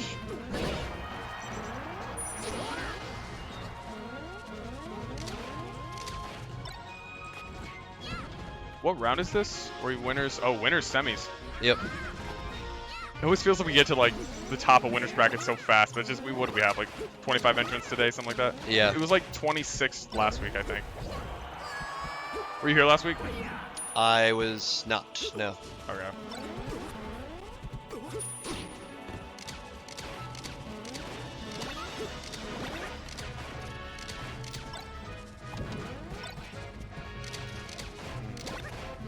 Warmer trying to play patient. One thing about one smash attack and Warmer's done. So. You know, even though like Ice Climbers are like quote unquote high tier, one thing that they are so bad at that you'll notice when you play like a lot of like slow mid tiers is that like being in the corner actually isn't really that bad. They cannot cover you in the corner that well. The thing you just need to make sure you're not doing is getting grabbed. Yeah. Or like getting hit when you're in the corner. Or down smash at a high percent. Because wave dash and down smash is like one of their key kills. One of their key. Oh wow, chases the tech away. Oh, missed the down smash. That would be a kill. Falco, I was saying this the other day because, like I said, I go between. I always find that when I'm playing at home like against my brother, or I think my Falco's way better, and then when I come here, my Fox is way better. So I'm in that constant purgatory. But I was saying the other day that Falco below the ledge is like borderline like the worst character in the game. Like if you make him up towards you, like he's so bad. Like side B is so much of his recovery diversity. Yeah, it depends how he gets there. Yeah, like if you have time as the edge guarder, it's doomed. But like if he mixes you up and forces you to like look at one option then jump back onto stage. Oh yeah. It's actually one benefit that Falco has over Fox at recovering below is if you elect one certain option, you cannot cover everything as Fox. So like if you do like a high steep up B and you covered low, Falco actually hits the ground before you can act as Fox. So like there are some benefits to dropping low, but most of the time it is a death sentence. Yeah. Oh, low without a jump, I should say. Yeah. If Falco still has a double jump, he can get up like Michael Jordan. Yeah. He definitely, if you like jump air dodge back on the stage, if they're not like predicting it, if they're not reading into you're gonna do that. Oh my god, that was like the first aerial I've seen on Shield ever, and that was grabbable as well. Yeah. But so much approaching shine on Shield. Yeah. Like just running wave dash and shine or run up shine, jump cancel shine. This could be death. Warmer. Smash that. Yeah, it definitely could be, and this could be a 3-0. But what Warmer keeps doing is, once they're separated, Warmer is going after. Oh no, it's going after Nana with like the Santiago. Low percent Nana with a forward smash, which is really committal. You're committing to that, and Popo's not that far away. It's not on the other side of the stage. Like they're kind of near each other. They're just separated.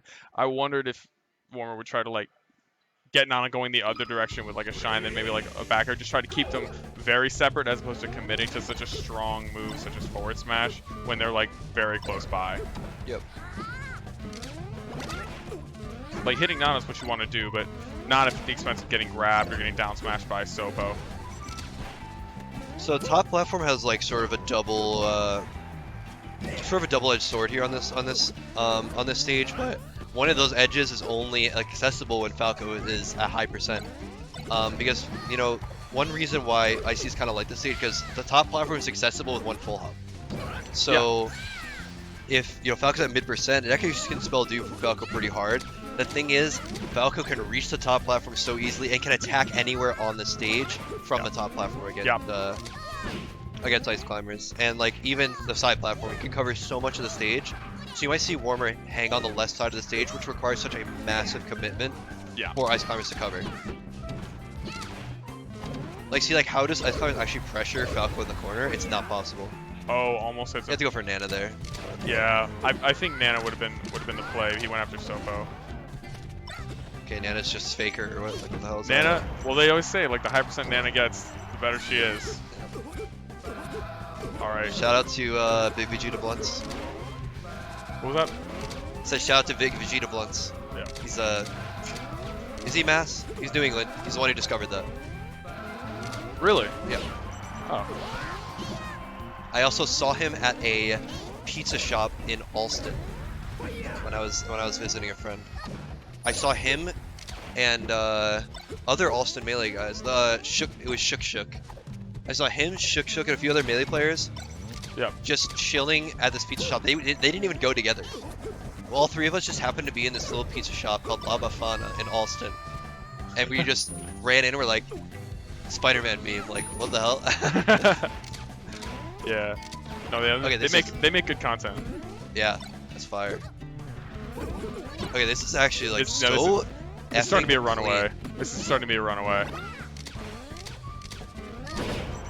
Oh, see, wave dash and forward smash. I wish you could hear like during the first set, but you'll notice like there's such a huge difference between Warmer and the first Falco we saw. Brub is like where they decide to laser.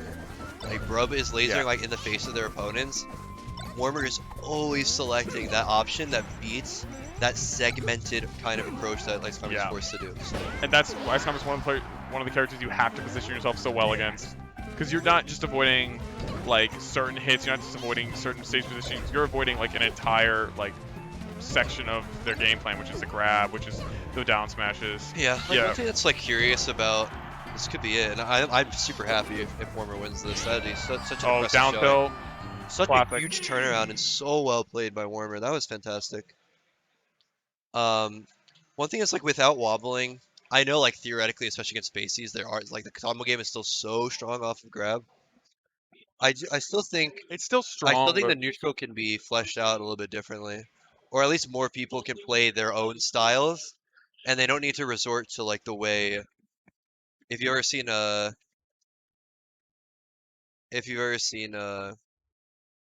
Fiction play against Ice Climbers, like he plays very specifically and just murders them. Yeah.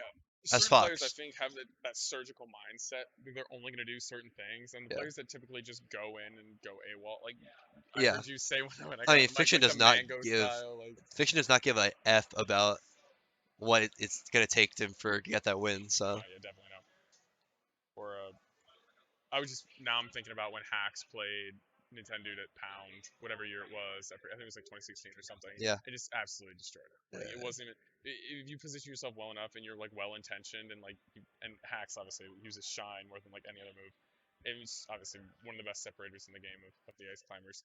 If you, it's so important how you intention, not just the way you position yourself, but like what you're intending to do.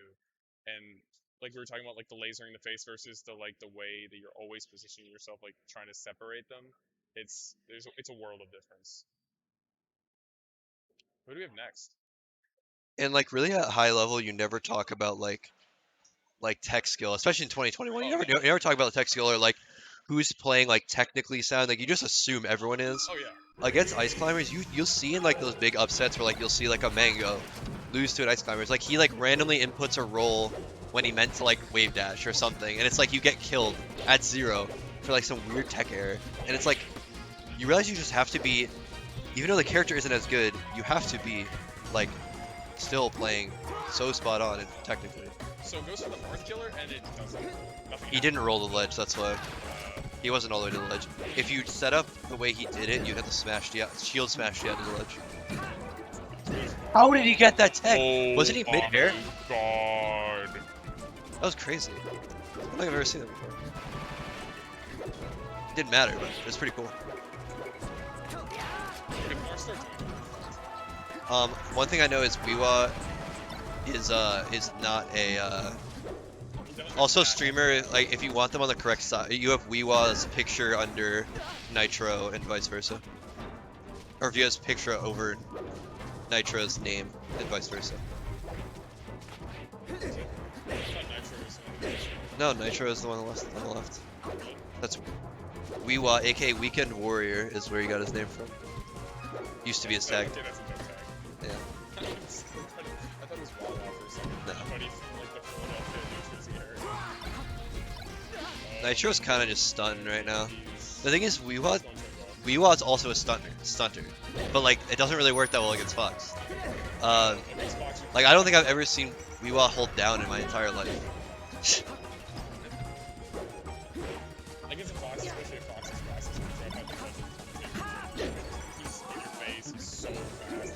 You kind of just have to like barely hang on and like do what's necessary. You don't really have time for stunts over time. I haven't seen enough of Nitro to have a good opinion, but he is extremely technically sound, and he plays really confident, which is very, very important, especially for beating players like in your skill bracket. Which I would think that like WeWa is like similar, like in that bracket at least.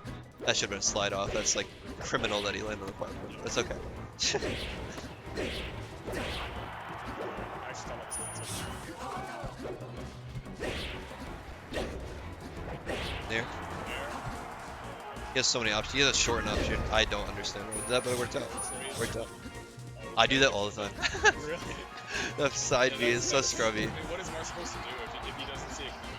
He's not always going to get to the middle of the stage in time to cover. He's so slow. Okay. It's kind of awkward. Awkward game. Like at both stocks, Nitro looks like absurdly high percent. Yeah. So it's just like really hard for. Is that 180? Did he look for 180? Yeah. Oh my god. I mean, that's what we talked about. Let's see if he can kind of do it and get his bearings. Yeah, I don't really think WeWa's an FD kind of Marth. I don't really like this counter pick that much. I honestly don't think any Connecticut Marth player is except for Kikoho. I think most are really bad on FD. Like, I don't know if you were here. I haven't seen Tim here since, but I played Tim the guy. I assume you're familiar with him? Or you know? Oh, he was here. Yeah, he was commentating last time. I played a tournament set with him like a month ago or a couple months ago, and I lost the first 2 games. He counterpicked me FD twice after only game 3, and I won both FD games. So like, It's like I was talking about this a couple weeks ago. I was thinking about Kikoho. I was like a lot of Mars because he lost immediately won FD. And I was like a lot of Mars think or trying to shift towards Yoshi's because Fox's advantage in this matchup isn't his ability as a scrapper. It's his speed. It's ability to play around. So why would you like? You're really quiet. Your mic's far away from your mouth. Oh, sorry. There you go. You're good. I must have like nut shit or something. I was fixing my hat. It's like, why would you give him more space to play around you if you're not gonna? You have to kill him every time you touch him if you're gonna do that. it depends. The matchup's very dynamic. I honestly, Okay. you can see, I can see a lot of arguments in different directions, but Like at top level, there's no argument that I think Marth wins on this stage oh, absolutely not. Yeah, it's because Zane is gonna kill you when he touches you. Mewtwo King, when he, when he was still playing and wasn't a puss, he was gonna kill you when he touched you. very nice pickup. The But depressing Marth combos you even though you're at 130%. yeah. Oh, double jab. Where's the good counter? attack. Why not just yeah. counter, though? Some people, I've talked to a couple Marths that they don't like doing the counter. They think it's lame. You picked Marth and character select. What are you worrying about being any more lame than you currently are? That's what I say. No. Oh, good stall. Runs past it. Oh, catches him coming That in with the up was- smash. He was definitely dashing with a grab. I think he's actually dashing away. He was just so Was far he dashing inside of away? him. I thought he Yeah. was pivoting to come in. That Nair is actually negative on hit. That should have got punished. This one's down tilt. I just don't like the FD pick, honestly. But there we go. Okay, now you counter. Back Like, here. No. Okay, you just have to up B straight up there.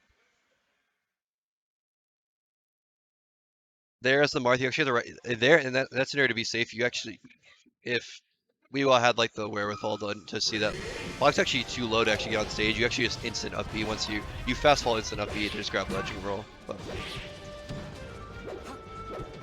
that's what I mean. Where like Marth, when he's floating away, you really don't have a mix up against. It's like kind of ugly. Yeah, it's just not going well. Oh my goodness. He's just playing The around. thing is, Nitro He is just the player charged that up is gonna like smash. constantly go in on you. It's like if you're not playing clean, you're just gonna run the F over. Oh my goodness. I think down tilt's overrated as Fox, actually. Personally, that's my personal opinion. Down tilt, like Fox's down tilt? Yeah. I think it's so good in some instances and so bad in others. Like if you can catch them trying to go on top of you and you just, or wait like a wave dash back or like a combo extender, it's so good. But it's not, obviously it's not gonna do jack for you trying to like take a stock. The like thing that. about that is that, so the like crowd cancel down tilt Oh. isn't real in like against aerials, and like the down the overshot down tilt doesn't actually lead to anything if they DI away or are ASDI down in their dash. So like, it's not. That's a big it's if okay. though, especially at this level. It's a big if. Yeah. Like at this, especially like But more so if they're dashing away, it doesn't actually. if you like they kind of like slight DI away on a combo and they don't really put out a move, you can just get underneath them with the down tilt and all of a sudden you're back in the advantage state. Yeah. Oh, good pivot. Obviously the counter there wouldn't have made a ton of sense because he could have just gone straight up. Yeah, no. So I guess down tilt maybe would have been the play there. Oh, okay. Yeah, this is getting out of hand.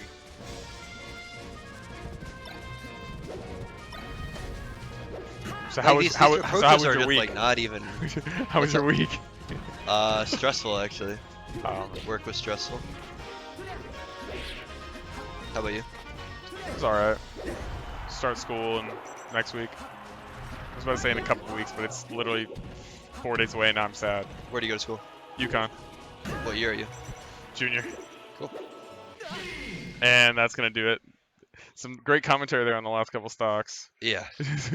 No, there wasn't much to say. I mean, it was just It was the Nitro same as is- the first few. Nitro yeah. is throwing out moves and WeWa was getting Yeah. run the fuck over. Yeah. At the end of the day, that's what it is. Like anytime he wanted to come in or like wanted to like put out moves, they were just connecting. No matter, yeah, it's It didn't matter what he did. yeah.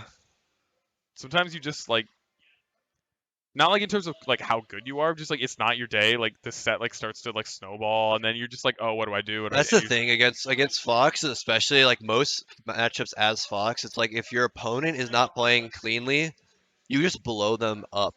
Like Yeah. especially against like Sheik, I know like the most. It's like you could play against a good Sheik, and I'm gonna trigger Bonfire over this, but like the matchup isn't that bad for Sheik. But like if you're not playing insanely clean, you just get randomly blown up and die from like 0, especially if you're higher port number. Yeah. You literally just get blown up by Fox at 0, and it's like, okay, well that was kind of dumb. Yep. Like if that stuff doesn't happen, then it's actually an okay matchup. Yeah. But like But that it stuff goes just the- happens if it you're not goes- playing perfect. It goes the same way for Fox though in any matchup. If Fox isn't playing clean, they just get messed up by some random character. Like if you don't know Yeah, a yeah, matchup or yeah. if your tech is off, you're just gonna. If you play against a Luigi, you're gonna get like wave dash down smash. You're getting like these crazy up throw down air combos. Right. Like, I agree. I would say like my argument against that is that like still sloppy Fox would then just still beat sloppy like Marth or sloppy Sheik though. well, yeah, that's true. But if it's like if you reverse the Right, role, right, definitely, where it's like definitely. sloppy Fox against like Sheik that's playing clean as But hell, I guess what I'm that's a force. Like, another facet of that is like the Sheik doesn't necessarily have to be a sloppy Sheik. They could have like literally misspaced by like pixels, and they just get randomly opened up, yeah, and it's like, oh shit, now I'm dead. yeah. And Sheik is that perfect weight. Yeah. That's rough. So who did Arty play that sent him into Arty losers? lost to SloX, I believe. Oh, okay, that makes sense. So this is losers quarters, I Is he believe. going Ganon? Yeah, I mean it's a Ice Climber's Peach. I Trail get played that. Ganon earlier against WeWa actually. I actually think I saw him play Ganon against another Peach earlier. I think he played that guy Sack. I'm not sure, but this Yeah, is not an good. interesting of all the But characters. no, Trails Ganon had some sauce against WeWa. Really? It was kind of a lot of the same story we just saw in WeWa's set, where like it was just like these minor misspacings that just like screwed him and got him opened up like crazy. Yeah. Arty is not just That about to happens get to like Marth, walled too. out though. Yeah. As Marth, if you had opened up, it's 60 automatic. The thing about Arty's Peach is like Arty's Peach cuts through you. Like if you are Yes. initiating a move like as a Falcon or a Ganon and you have some startup on your aerial, if you are in range, Arty's already aerialing into you. He's not trying to outspace, look for a grab or a down tilt, you know, shit like that. Yeah. If he has the ability to go in, he will use his frame advantage on spot, Yeah. on site, and just go. Absolutely. He's Peach- so Peach aggressive. speed at, I like that, the way you phrase that. He's cutting through, he's slicing through. Like, that's exactly what it feels like. The slow approaches, but it's usually very grounded. He doesn't always. A lot of Peaches tend to approach using like the float, trying to down air from underneath or catch you with like the forward air or an air. He's like usually very grounded, using the approaching like float cancel aerials and stuff like that. So intimidating. I don't even know this matchup. Like, I don't know what like. I feel like Ganon's just gonna get like school, kind of old school conventional knowledge is like, oh, here's a character that if they win neutral versus Peach, they get like a huge hit. And on another side, if you take turnips out of the question, Ganon's like defensive mix-ups that he has are actually extremely strong versus Peach, because Peach can't really get in on that. So like using like the double jump movement and the platform movement, it's so hard for Peach to actually do that. And Peach's counter is turnip, which he literally just got punished with a forward air doing. yeah. So there's like this weird, I mean, a lot of Ganon's mix-ups are like pretty binary. But Arty is such a wild card, and as this matchup, and Trail is, I have full confidence that he can adapt to these situations. Yeah. I saw Tyler Swift comment earlier pop up. I just want to say good shit at winning Nightclub. I think it was last night or 2 nights ago. The shield mix-up. It's like there's not a lot. It's like aerial. Yeah. Let's see if Trail adapts to that, because that's the first aerial we've seen flat on shield. If he goes to aerial grab or aerial jump to like bait out a defensive option with Peach. Yeah. Okay, that was good. Back on the other side of the stage, he jumped around. I mean, that's, if you can outspace Peach, which isn't that hard. Like, you kept to come forward with a dash attack, Ganon went around and he hit him with a forward air. That was really solid. That He up needs air to was do more insane. of that. I mean, obviously Ganon hits so hard. That up air Yeah. was so goated. Yeah. That's the thing, I guess traditionally this wouldn't be like that crazy of a speed mismatch, because Peach obviously not one of the fastest characters in the game, but Arty is so fast, and Ganon is just one of the slowest characters. And yeah. I don't know if you remember like watching any like Summit .5s, like Armada versus like Nuns Ganon. The edge guard is like so absurdly brutal. Like Arty's making it look like there's some mix-ups involved. Armada makes it look like a one-player game. Like Well, it's like Falcon, but just worse. Like, edgeguarding Falcon is like so linear. Like, if I hit him high enough, he's gonna down B, and if not, he's just gonna like try to drift and then like up B, and there's only so much he can do. yeah. And especially Peach isn't gonna like, a lot of Foxes, like, we get tempted to just down smash the ledge or something like that, and against Falcon, or I guess, like, I don't know if Ganon can do it as well, but it's automatic tech up B. I think even like lower level Peaches aren't gonna down smash on ledge. Okay, that was something. I like it. It actually worked out. But like, Peach can like just go down there and float and like hit you right out of your down B with like almost no consequence. If you know when he's gonna do it. It's really a timing thing. It's not just like, oh, I'm gonna do this because he's off stage. You have to know when he's gonna do it. There's a timing mix-up. So I don't know Peach that well, so I could just be wrong in saying this. But a lot of these situations where, you know, a lot of Falcons, Ganons, they'll initiate their up B like right below the ledge to get that frame 13 HoG. The thing is, if you initiate your long-lasting hitbox like at the very start of their move, even when it comes into you later on, a lot of times you'll flat out beat it and put him in an even worse scenario. But like Arty's, when he sees that exact situation, He's letting Ganon back on stage. He let it rock. Not yet. Hey, we're saying. I'm just trying to figure out what this could be.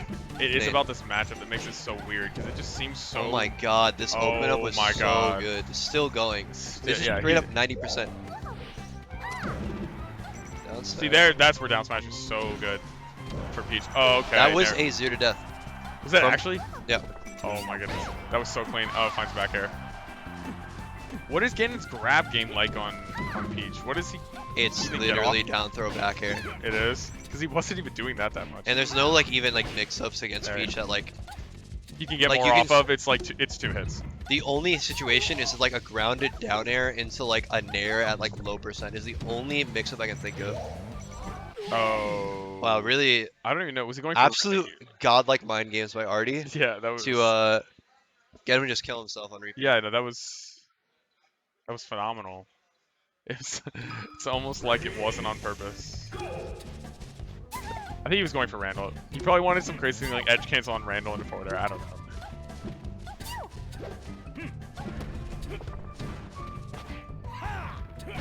This is. I don't know if like this was like a major or like a tournament Trail was taking like as seriously as possible if you'd actually not go ice climbers. Like if you would actually pick Ganon in this scenario. I feel like the answer is no. Yeah, if this was like. If this was for 5th or 7th. I say out your mind. This is Evo. Yeah. I feel like I was telling my brother like he played Marth for a long time, and now he's like playing Falcon. His Falcon's like already pretty good. He's like been Sorry, playing for who like is a this? month. My brother. Oh. He's actually here too, but Yeah. he was playing. I was like, dude, just try Marth for one game. This isn't like for all the marbles. Like you can experiment, like try different stuff. Like I wonder if that's what Trail's doing. Like I wonder how this will go. And I think he's learning now that he probably shouldn't do this on a regular basis. Or maybe he's seeing a lot of stuff that he can work on. But I don't see how this is better than Ice Climbers. Like, because Ice Climbers is just like a better character, right? There's the aerial mix-up on shield is just empty land. Really good tomahawk by Chell. Wow, I can't believe that umbrella hit. What's that? That's something he could probably use to stuff him more. Is that he hasn't been using a ton of jab. Like, coming forward like an aerial, like a forward air, maybe like a back air, and then immediately jabbing. Like, that's a way to stuff a lot of whip punishes.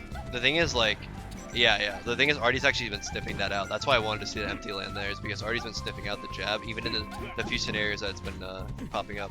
Yeah. He probably went in thinking that was going to happen a lot. Maybe Trail was trying to stay away from it for that reason. Okay, that's a little bit of an overcommitment, and he's getting opened up for it. Drifts back, he was trying to bait out an aerial there, like a forward air, and then he was going to punish. That was that drift back. Damn, I want to play some melee so bad right now. Melee's so sick. Oh, that was unfortunate. Tech club. So did you enter? Nope. Alright. How come? I haven't played melee in like a week. Oh, okay. I was moving out of my apartment in Cambridge. I got you. And yeah, I haven't really touched a controller. But I'll probably enter next week. Fox or Sheik? Probably Fox. Well, if this keeps up, I think we're going to a game 4, which is not what I was expecting after last game. I wouldn't count on it.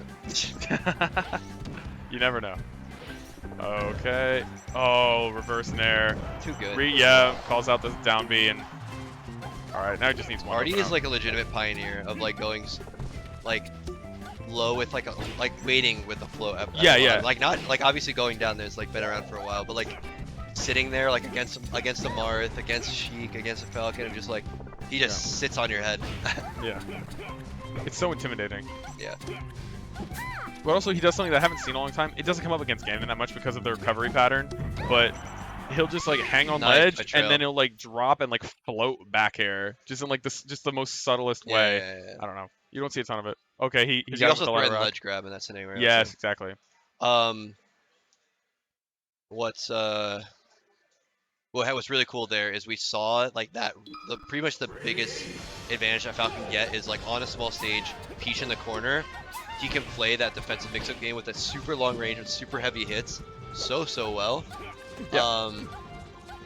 And actually forced Arty to pull a turnip in the corner, which he actually did get off in the corner, but then ended up getting downbeat anyway. Like, Yeah. Arty actually won the interaction, but it is so advantageous for Ganon.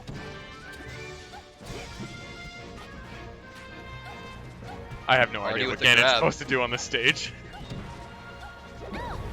Okay, I feel like Nair there might have been a better choice. Going forward with the forward air. I've never seen Arty whiff a grab my entire life. Because he just never grabs. He only grabs when it's like 1,000,000% guaranteed. Yeah. Like, Arty just never grabs. Like, on FD, he, like, will only grab if he, like, happened to up air you, you happen to DI in, and you got grabbed. Yeah. He's not fishing for it. But even then, he'll probably just do his thing where he, like, does, like, 7 float cancel up airs in a row. Yeah. And, like, racks up 100% in, like, 1 second. Oh, we almost caught him there. Exactly. That mix-up right there is, like, the only thing Ganon has. And Trail's been doing a good job in that scenario. Yeah. And, like, forcing... What's that a mix-up on? So it's either wave dash forward tilt or jab? Well, Is that it? The mix-up... So those are just options in that scenario. Yes, like there's wave dash forward, there's just like empty lap, there's aerial, yada yada. But the key is the fact that Peach is in the corner, and you have that massive zone of influence advantage as Ganon, and Peach cannot do anything to get out unless Peach calls you out on not doing anything and pulls a turnip. Because if you like rolling against Ganon, jumping is so bad. Yeah. Like you have your time to react as Ganon, so like Peach doesn't really have any options to really get out. Peach can't go back to the ledge and like cheese a ledge dash or anything. Yeah. So like like right there, turnip. Like Arty's having to pull a turnip, so like Carol needs to be slightly more aggressive. Because Arty's just calling out the fact that he's not doing anything. Yep. Because Arty's counting on the fact that he's gonna just panic being in the corner, and maybe he can like get a wave dash and forward tilt, or maybe just like hit him with a forward air, and but he's not doing anything. He's just trying to make it panic and do something crazy. And Arty's like, all right, I'll pull turnips. That's fine.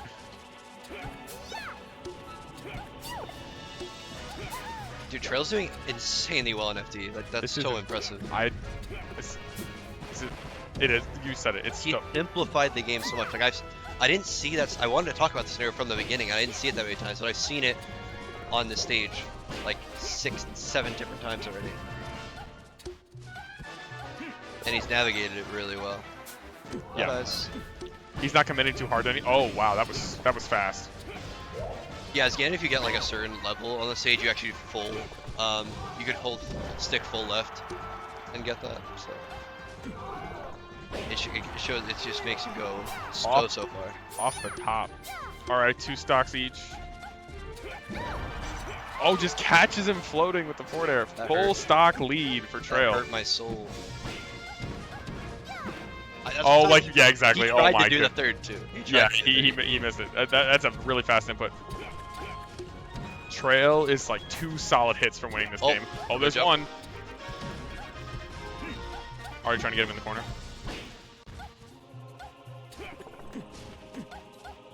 Oh, tournament winner. Cut through him. Cut through him. Cut. Oh, and we have got a game 5 here in the weirdest set we will see today. Insane, actually. How is this a game 5? Trail's just goated. Yeah, he's playing so clean right now.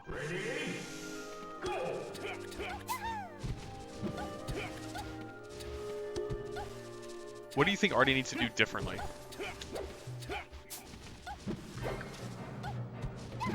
I don't know. I think so much the onus is on Ganon to put Peach in the corner. Arty just needs to be more confident when he gets center stage to not like give it up. Like I think he needs to like attack the platforms more, or like at least be in a more aggressive situation when Ganon's on the platform. Because he's letting Ganon encroach on him, like trying to do like traditional like, oh, Ganon's so slow, has so laggy, let's whiff punish him. What he's doing is he's not whiff punishing, and he's getting pushed to the corner more and more. Yeah. But to be fair, I've been paying more attention to the Ganon side of the matchup. Yeah. So I could just be talking out of my ass a little bit, but like that is generally what I'm seeing. Wow. Trail takes the first stock of game 5. Once again, that down throw back air that we were talking about. It's so good at the higher percents. Doesn't really do much for you in racking up percent. Though Ganon's moves do hit like a truck. Wow. The slow Peach Tomahawk down smash. How does that miss? Wait, that was.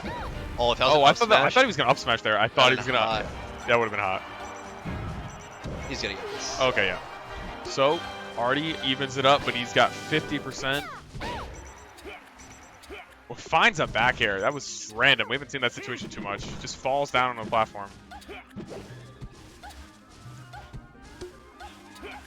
Oh my god. Oh, okay. This is set changing. The thing is, I think Arty needs. Oh. Yeah, against most characters, Arty just doesn't throw it. But the range discrepancy in this is so significant that he has to. Because otherwise, he can't use his ground moves ever. So catches Get the in really there. high up B. Oh, Wait, beats that- him to ledge. wait, Was that what down the- B to the ledge? Yeah, what? I've literally never seen that in my life. Like that perfect. Falling forward air. I'm just gonna run upstairs. Want to run off stage and down air him. Cuts. Oh. Goes up the dash. The weak. Oh. Found in misses. dreams. He got an accidental double jump. Like double jump. Forward tilt. Empty land. That looked like not the best DI. Forward tilt's strong as hell, but oh, completely even. 2 stocks apiece. So he gave up center instantly. Yeah, yeah. He's trying to go at him now. Okay, but it's working out. Oh. He Oh, is winning he- the, like, he got punished for going the turnip though. Because like, even after you win the mix-up playing the turnip, you are still grounded with a turnip in your hand and you are in lags. You still need to make some decision. And that decision was like, I think he ran forward and got hit. Or like just didn't do anything. Okay. Called punish. No jump. Yep. Calls out the down B. Oh, he's too Yeah, low. he's dead. He's too low. That was awkward. Arty's got to take one more stock. And he immediately. I didn't see what happened. I was looking over there. I was too. Oh, it's a good little 2-piece. What's that? Falling up air to forward tilt. Oh, they're just playing around each other. They're just playing around each other. This is scary. Yeah, I mean, Wait, just he's fall at through. 65. He gets Wait, there this with is one huge. strong- This is a huge open up. Falls underneath him. Oh, Oh, I Fall down really with the like back the air. idea from Arty though. oh my goodness, he's just stuffing his approaches now. Oh my god, it's- downside. it's huge. Okay, he's one. That booty's And thick. there. was so Oh, clean, dude. clutch finish from Arty. That was such a That good was set. that was so close.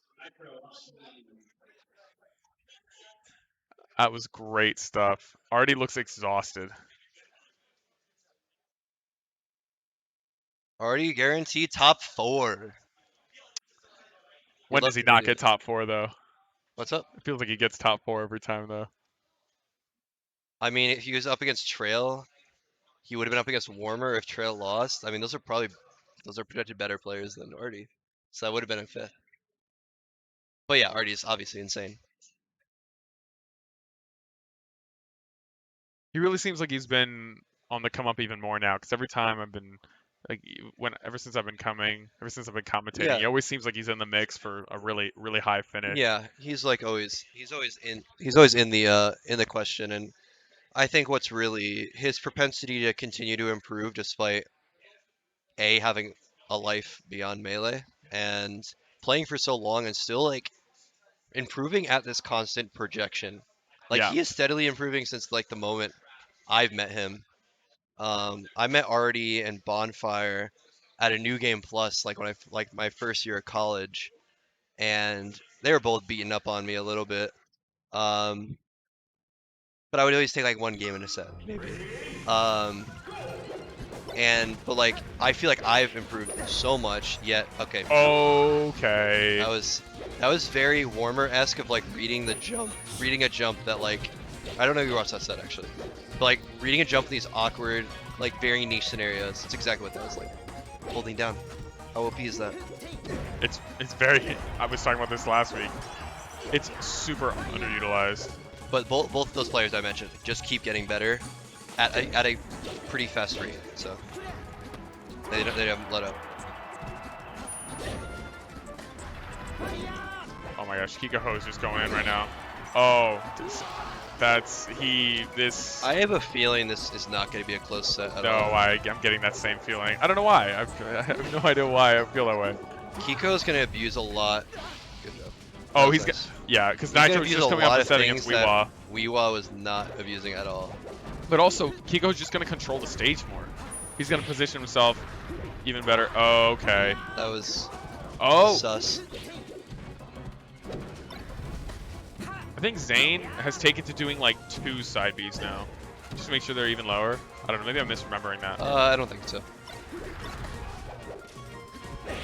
That just wasn't the scenario to do it.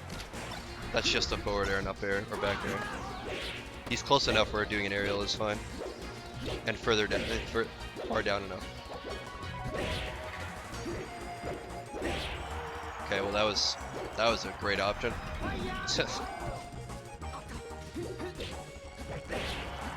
The crush, walk up to a shielded opponent in the corner and grab him.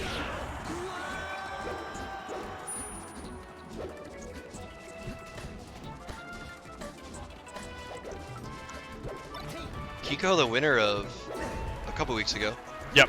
Um, He beat SloX yeah. in the second set of Grand Finals. I was on for that.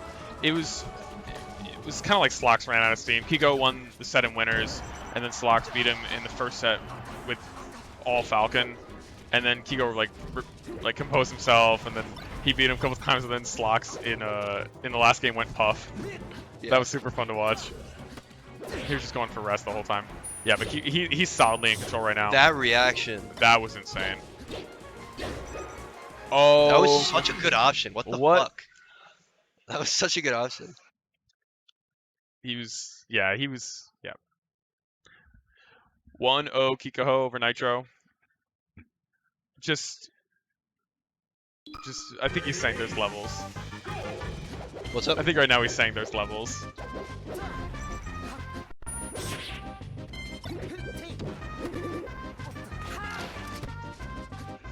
Doesn't connect at 0 no, with DI.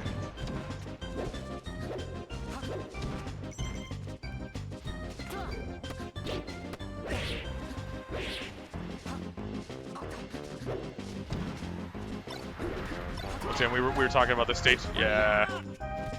Oh wow, we got back. Fox McCloud. Dude, Where yeah, do- where- commit to the dip there. That Yeah. has to be a shine, 100%. Yeah. If you know they're going that low, yeah. He doesn't have a jump. I've been saying that like a lot lately. Like, why aren't more Foxes doing that? Like, you know he doesn't have a jump. You know exactly where he's going. The thing is, he had no jump, no side B, and like, But, and he's yeah. in his like, he has no mix up. Yeah. He's already committed to drifting towards the stage. Yep. Cleans it up. Kiko like randomly composing himself. It's like one of those moments where you like side B onto Randall to space, you think you're dead, and you're like, oh wait, we're still playing. What the hell? Oh Nice. my god. So where would you take a Marth? Like, if you were playing Kiko, where would you have taken him on your counter pick? Would you have just gone to Dreamland? Would you gone back to Probably Battlefield? Yoshi's. Yoshi's? So why is that? What do you think that he's not getting here that he would be getting on Yoshi's? Or is The that big just a thing is personal against preference? like really good Marts is like you actually have a guaranteed kill setup off of grab that you actually don't have on any other stage. At like the range is pretty big on Yoshi's. Another one is you can attack Oh. platforms safely with like a short hop up air. Yeah. Obviously up smash just kills at low percent. Yeah, way earlier. And second, like you don't let Mars set up his neutral setup. So like, there's a lot of advantages, but there's advantages and disadvantages to like different stages, depending on how you want to play it. I just don't really see. I don't see Nitro abusing what is good about this stage at all. He could have just down aired, but Yeah, but he went he for can do style. whatever the F he wants. Yeah, he can do. Yeah. Shit. When you're up 3 stocks to 1. Oh. How do you get caught by that, dude? That's It's 2021, too fast. man. That's too fast. I mean, he's using Black Marth for a reason. That was. Dude, I was actually gonna mention the one thing you know is like if you've seen characters in melee move for a long time, you could just see the way he is like fast falling on at the peak of his jumps on his combos. Like he is Yes. comboing so frame tight You can tell like how well practiced he is, and I respect that so much. Yeah. But let's try to figure out what Nitro can like actually do. So Well, he did go to Yoshi's. I think he heard you. Yeah, I did go to Yoshi's. It just, to me, it feels like I would rather be, because Nitro, obviously, for him, this stage makes more sense. He wants to be coming in at all times, but I kind of like to play around Marth a little more. So I was just about to say, like what you mentioned, he likes to come in all the time, and it's not just like he likes to, you know, mix up and always be the one aggressing. He literally presses forward every single time he resets the neutral. Yeah. Like he's running towards Marth every single time. Yeah. And like it's so easy to outplay that as Marth. Oh yeah. That like literally Dash as soon as away. he's not invincible, he's gonna attack. Yeah. Every Which, single like, time. Which So is like fun high to watch. percent, he's just gonna side B stuff him, which doesn't usually work because it's so laggy. But he Yeah. knows for a fact he's gonna come in. Yeah. And Came like, in as soon as he can. Attacked and as I just soon feel as he like could. that's just, He's literally attacking as soon as he does. Yeah. As soon as like has the frames to. and you know, I talk about this a lot. That's just playing into exactly what Marth. Oh my god. That you was gonna get- insane. He's already facing behind. You know what he's gonna go for, man. Like DIOA, please. Okay, tech that one. He's actually has not been teching those down throws, or yeah, those down throws. He hasn't been teching those enough. And if you miss a tech, you're just getting tip forward smash right away. But I just think if you just running at Marth, you're playing into exactly what he wants you to do. Like he's inherently a more defensive spacing character, and just running at him gives him like he's making all the decisions in the matchup because you've made your decision. You know you're telling him what you want to do. If Yeah. you're letting Marth make the decisions and dictate, then you're just playing into his hands. If you play around and make him come to you a little more, try to get underneath him, I feel like that's when you can open him up. That's when you can make him look a little weaker. But I don't know. I feel like I think- running right at him the whole time is not. I think if there's one word of advice I can give Nitro, if he does watch this, is you need to start practicing against good Marth players because the Good Marth habits players in won't gameplay I'm watching, because every single part of this matchup is different depending on the level of play. It's not like a lot of other matchups where like you can gain something. Honestly, there's very, very little to gain against playing against subpar Marths. And Yeah. his habits are so aligned with how you would play against Marth that's not very good. Yep. But that being said, it's last stock. It is a lot. He opens up, and what we were saying about Yoshi's, those are the benefits. Like that Yeah. doesn't kill on Dreamland. That doesn't get close to killing on Dreamland. If you can just get 1 2, okay, that probably should have been one of the running, like the wave dash into running grab. I'm okay with it. He can do it if he wants to. I'm actually okay with it. It's like that, like we were saying, like that mango type playstyle. Like where you, against Marth, you need to grab him a lot because you get so much off of it. Especially at like lower percents, like at the low percents and the high percents you get a ton. Middle percents you can't combo a ton, but Wow. you can get That- so much. Yeah, that was that neutral view was I nice. didn't get, that was so rude, Kiko. I didn't get to finish what I was saying. Yeah. the That was well played. Yeah. That was extremely well played. Literally the only things that he screwed up were when he was trying to stunt super hard. Okay, stream, we have the Net Club. So the Net Club, basically what it is this is an integrated tourney, just tri-state area that is online for newer players only. So this is players that have only been playing for, you know, a few years, maybe just got in the Slippy era, and you're going like anywhere between 0-2 to 2-2 in bracket at your locals.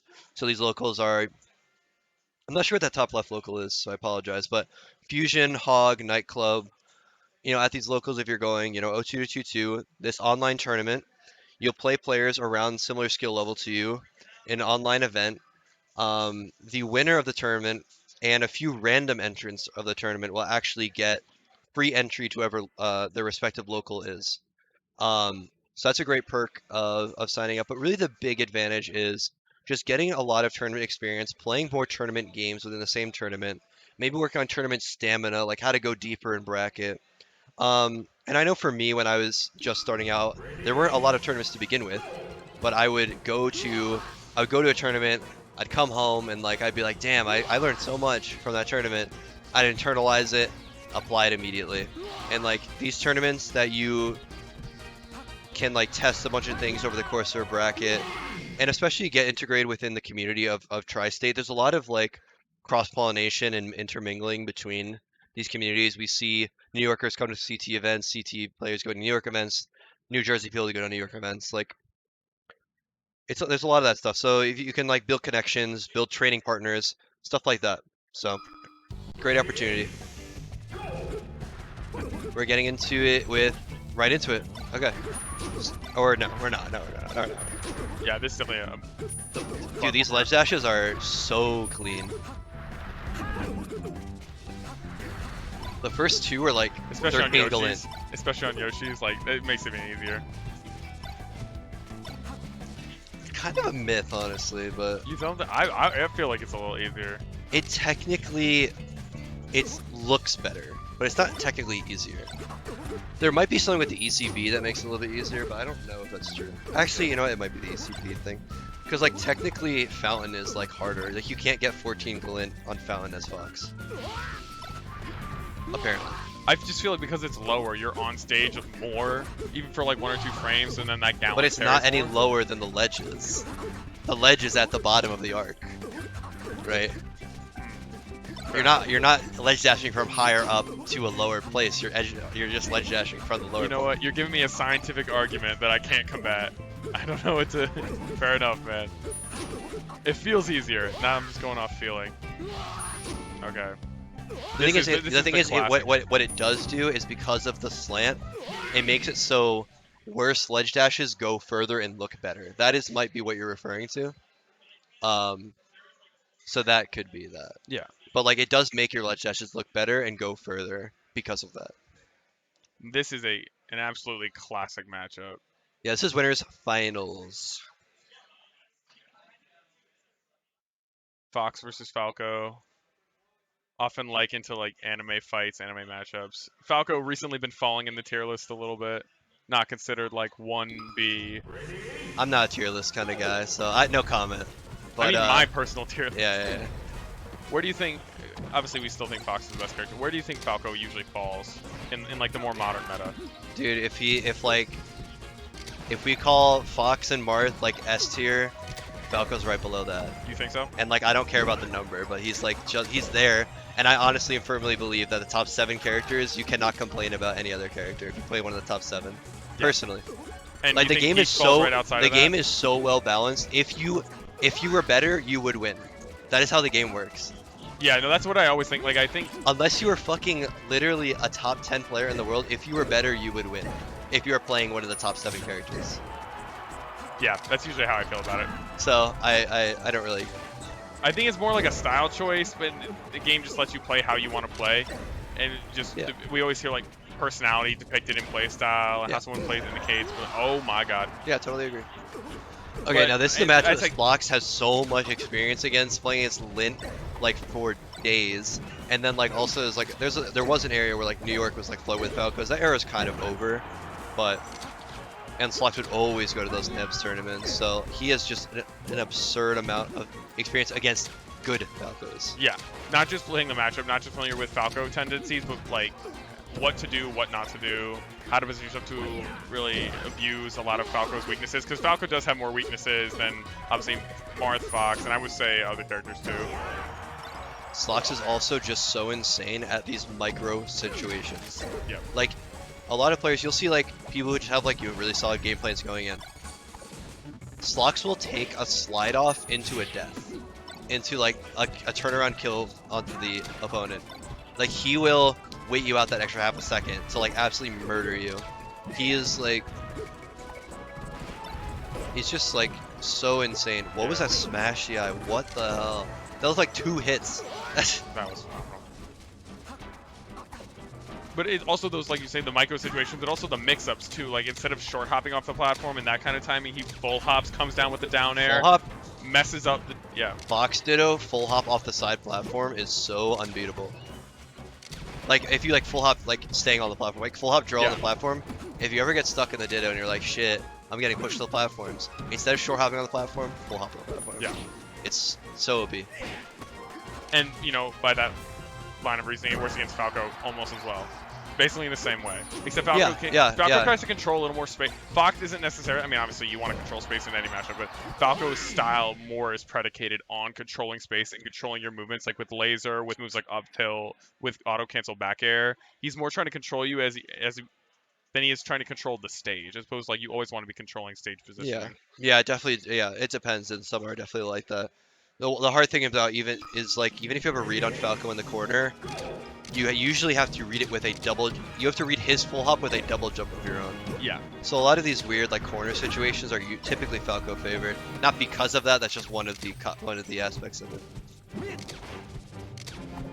This stage is heavy Falco favor in my opinion, without transformations.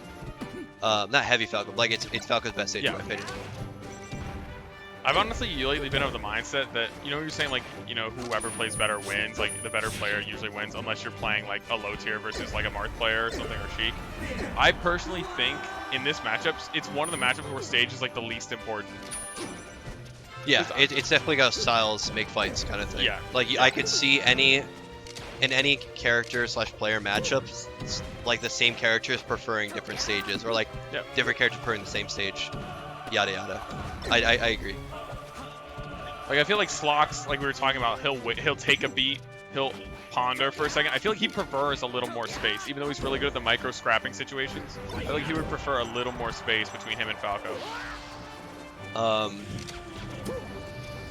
Yeah, it really is one of those matchups like where you said, styles make fights.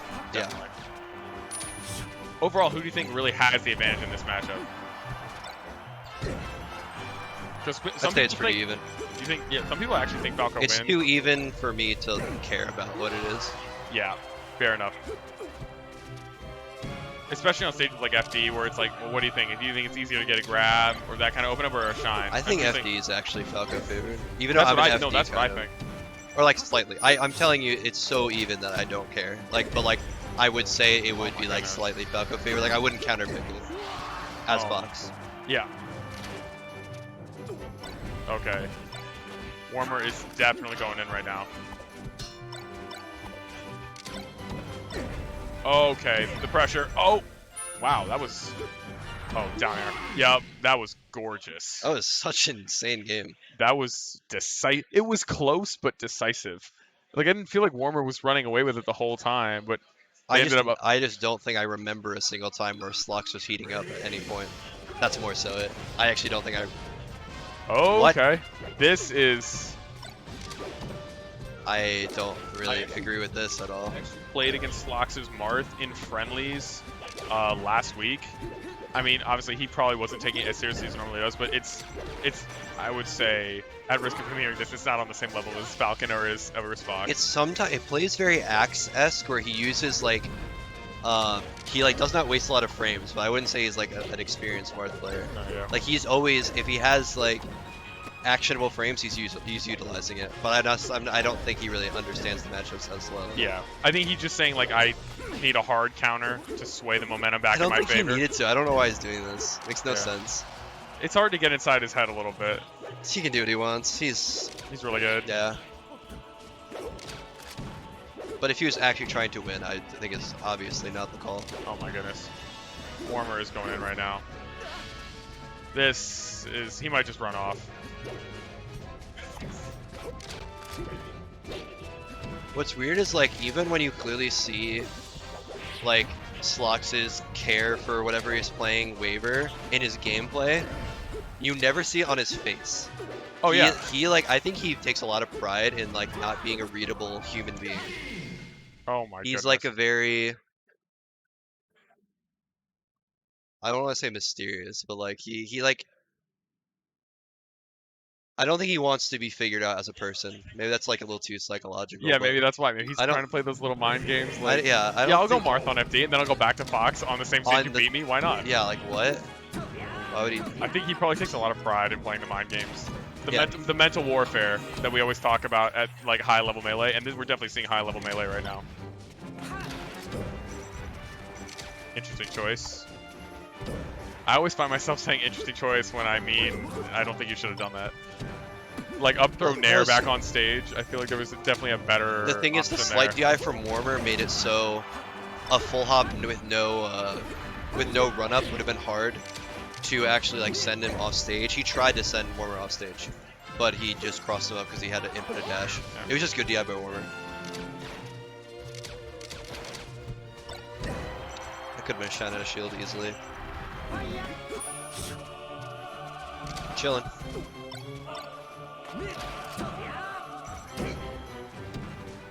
I think that was on reaction actually. That was really good.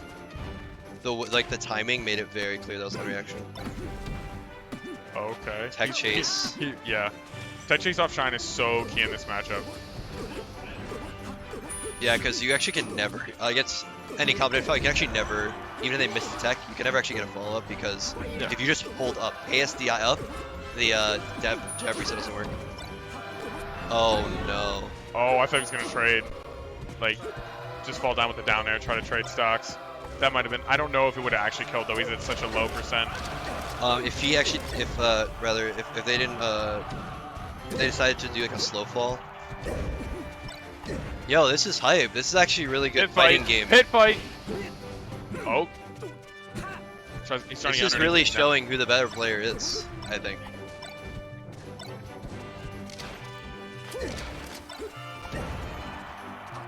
SloX actually got outplayed that 100%, I think. He's not gonna ledge dash. Well, he tried. He did it. He got that one. Okay. Good reaction. Yeah. I think Warmer probably wanted like shine back air there. He held down though, so it didn't tech, so he got the down tilt. The classic 3 out of 4 coverage is not 3/4 coverage example. He Yeah. covered 3 out of 4 options, but he did not cover the most likely option. Yeah. Oh, great tech. Even on the light down air. Warmer's edge guarding is like 9 out of 10. So solid. In general. Like better than other Falcos at their level. So Ginger's talked about that a lot. Like Falco's up throw, it's actually not even a mix-up. Like if you're just holding up on your FTI, it's really not a mix-up. You just get out of it. I wonder if SloX is, if he's utilizing that right now. I wasn't paying attention, so I can't say for sure. Fair enough. He went the wrong. Like I think Warmer went for the read. Warmer up through and then like flew in to the right with a down air. And obviously SloX went to the left, but Are they really gonna? I think it's technically in Warmer's best interest to like fight pit or pit fight. Okay. Oh, I was smashing him out of his shine. Because like high variance when you have the lead is like in the set, it's nice because you can like kind of gamble on a win. But Warmer could take this right here. SloX with a second lease on life. Let's see what he does with it. Oh, I thought he was gonna shorten. SloX Rolls gonna win this in, game. rolls from the ledge. Oh, he's dead. Up B. Oh, he's so dead. Good job, Warmer. Take the 3-1. Semi-convincing set. You said it during the last game. I think we were saying who looked like the better player right now. That was beautifully played. That was really well Arty done. versus Kikoho. I have no clue how this matchup usually goes. I could see this going poorly for Arty, but Arty's one creative mofo, so I could see some.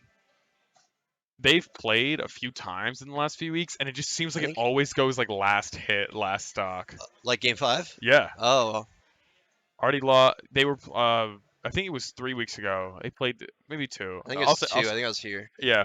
They literally like last hit. I think it was on. Was it on Yoshi's? FD? Was it? It's possible. I don't know. Or maybe Arty won a clutch game on FD. I forget. Yeah, I think Arty clutched a game on FD, and then he went to Yoshi's, and then Kiko went to Yoshi's.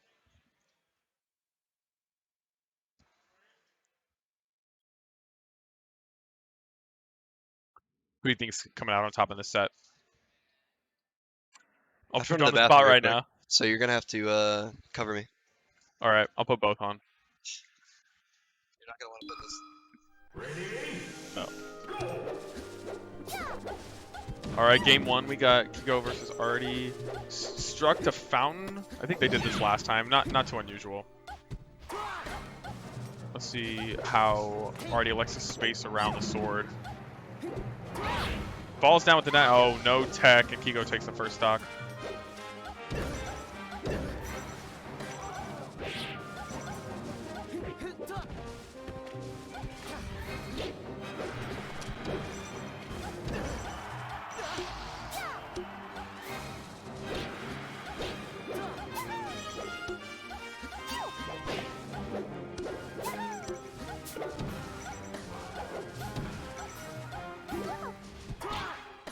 Arty trying to do that classic. He falls slightly from the ledge and does a little float back air. Oh, Kikoho. Actually didn't see what happened. I was watching Arty recover. The run forward smash after the forward throw. So just trying to put him off stage, put him in edge guard position.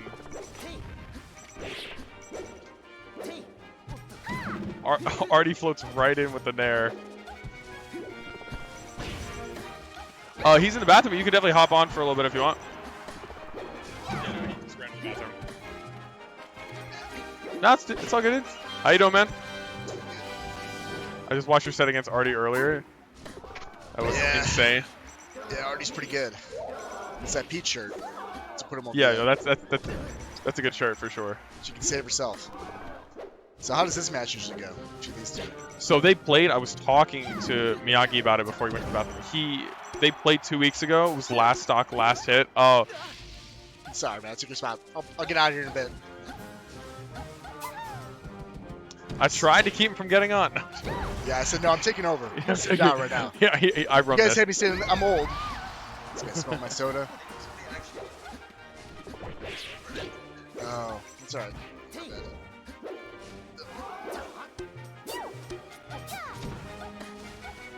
Usually Kikoho comes out on top, but it's always extremely close. Arty makes him work really hard for it. He actually took a game on FD 2 weeks ago. He was down 2-0, one on Dreamland, then one on FD, and I think it was ended up on. But that was a clean 2-stock game 1. This is a weird matchup. I feel like as Marth, you can't like get too aggressive in terms of trying to end stocks. You just have to like play your game. Yep. Like string yards. Like when you get too aggressive, trying to make up from arthritis and like those funny words that we come up for, that's when you really open yourself up because Marth isn't an aggressive character. Yeah. He's a defensive spacing character. And Kiko's so good when he's playing the walling game, making you come to him, playing in his own space. If he gets too aggressive, he'll just get opened up because, like Miyagi was saying, Arty really slices through. He plays really grounded. And he'll slice through those with those float cancel aerials. He doesn't feel like he needs to float above you, and honestly, being above Marth is not where you want to be. So,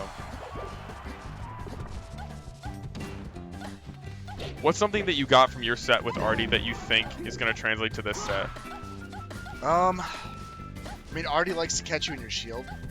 If Arty knows that you're going to shield, he kind of catches it onto that. He has really good shield pressure, and then like really good reads of like your escape out of that. Yeah. If that makes sense. So he's gonna start throwing hitbox on your shield, and then kind of read where you're going to go out of that, and hit you hard off the read. Kind of having good intuition about how you want to get out of it. Yeah, exactly. Speech can really put a lot of pressure on your shield, and he knows, okay, if I do this is how this person wants to get out of this. Exactly. Yeah. So, And though Ganon with a lot less options than Marth in those situations, so. yeah. Oh, wow, finds the tipper. He's up a clean stock. So I feel like Arty likes the stage. I'm not really sure like how it plays out. I think it's because he always he's so aggressive, especially for a Peach. He's like, all right, yeah, just close quarters. This was Kikoho's counter pick, obviously, because Mars love the stage, especially against like characters that can't play around them as well. They can't scrap as well, even though Arty's so good in those micro situations. Gotcha. I definitely hear what you're saying. Arty likes close quarters. Because Peach, obviously, her game isn't. She's good when she's near you, but not when she's trying to get to you. She's so slow in that way. So yeah, exactly. if you do the work and you make Peach close to you on your own terms, like of your own free will, that's just making her life easier. Right. I feel like it depends on each player's style too. Yeah. And if you're not just in general, if you're not a player that like wants to play defense, it's hard to become that player. If that makes sense. So Yeah. kind of stick to like what you want to do. So if you want to scrap, then stick to a small stage. Yeah. No, but you can't, they just talk about driving. Drive your drive. Don't let other drivers affect you. The horn, the yelling, like Right. the way they try to condition you on the road. You can't let other players and the player you're playing against depict how you're going to play. Play your style. Go where you're comfortable. That makes sense. So Kikoho with the big head shake. I'm a head shaker myself, so I know once those head shakes start. I'm more of a head lean back myself. Yeah, I was playing a Peach earlier. Shake, I'm like, I did some dumb I go stuff side to side. Kikoho like you I was- more like lean back. between stocks. Just, oh my god, I can't believe I suck this bad. Yeah, it's not a good sign. Yeah, just keep your head still. Yeah, Lock it's back in. the nod. You want to see the nod. Yeah, All right, yeah, good play. I But got this. Yeah, I got my own stuff for you. When you start seeing the head shake or the head going back, you're like, oh no, his head's not in it right now. the eye roll. That's a bad one. Oh, the eye roll's so bad. They're so salty. I've definitely eye rolled once or twice. Like, this character's so dumb. But I feel like in other games that happens more. Like when people talk about Ultimate a lot, if there's any Ultimate players in chat, I'm not talking shit. But like, there's so much like toxic character hating in a lot of games, especially newer games like Ultimate that get patched a lot. In a game like Melee, you kind of just like, you deal with the cards that you're dealt. You take them, you do what you can. Like, it's like life, really. Melee is like life. Like, some of us are born with other abilities. Some of us are born with better situations. Like, except you can directly affect it. If you want a better character, you can pick it. Yeah, exactly. Just roll with the punches, But give it 110%. But nothing's gonna change. So you're playing the character you're playing against, and you got to learn how to do what you can do against that character. Exactly. Arty is playing hot tonight. Let's be real. And Miyagi said something like, the reality is in Melee, unless you're playing like fucking like, I guess, Ganon or like a bad character. What you trying to say?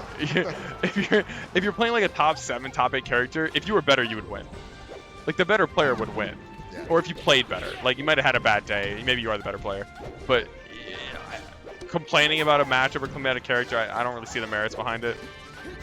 Because at the end of the day, if you just like can improve, then you can win and not worry so much about like the specific thing that character does that pisses you off. Exactly, and at the end of the day, you can also pick other characters to play. If you don't like a certain matchup, you're not having fun. I think that's a big thing for me. I don't think you should pick a character because you don't think your character can beat that character. Yeah. I think you should pick up a counter, like a pocket character, because maybe you're just not having fun playing a certain matchup, and you want to make that matchup more fun. If you can find a character that makes a matchup fun, then all of a sudden the game opens up for you again. I think the classic example would be Armada constantly going Young Link against Hungrybox for like 5 years, and then he finally gave in and picked Fox and became the best player the game has ever seen. But before that, like, that matchup was holding him back so much, and he just didn't want to pick Fox. But at the end of the day, like, who wants to play Young Link against Puff for 8 minutes every game? Like, that sounds so awful.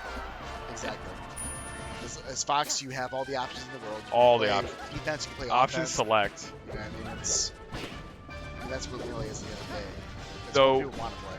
something we don't give. Marth has a ton of options too. They just look different than Fox's, and we're conditioned to think, oh, Fox has all these great options, and they do, but they look a certain way. And Marth looks so different. His are more position related, as opposed to just like, I can put out this move, or I can do this, and it just beats whatever you can do.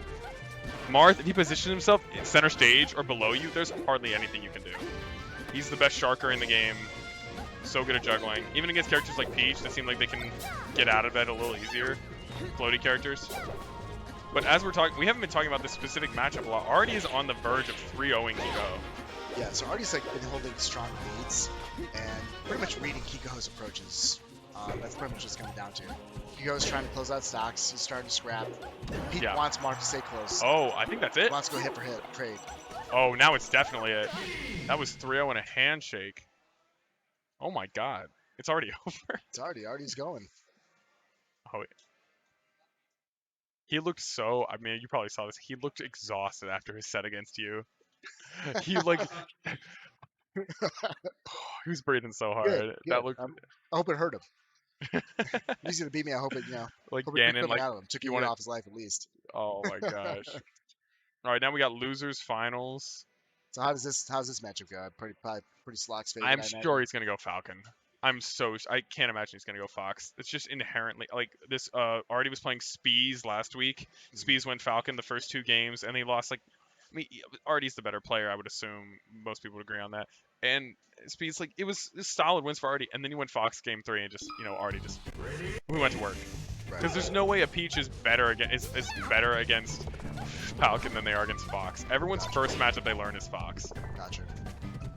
But he goes Fox. I'm actually very surprised at this. Falcon just seems like he has overall a better matchup. I don't know why.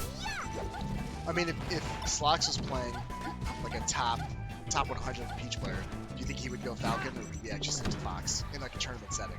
Yeah. If it comes down to it. Though, let's not undersell Arty. Arty's definitely showing that he has the capability to play at that level.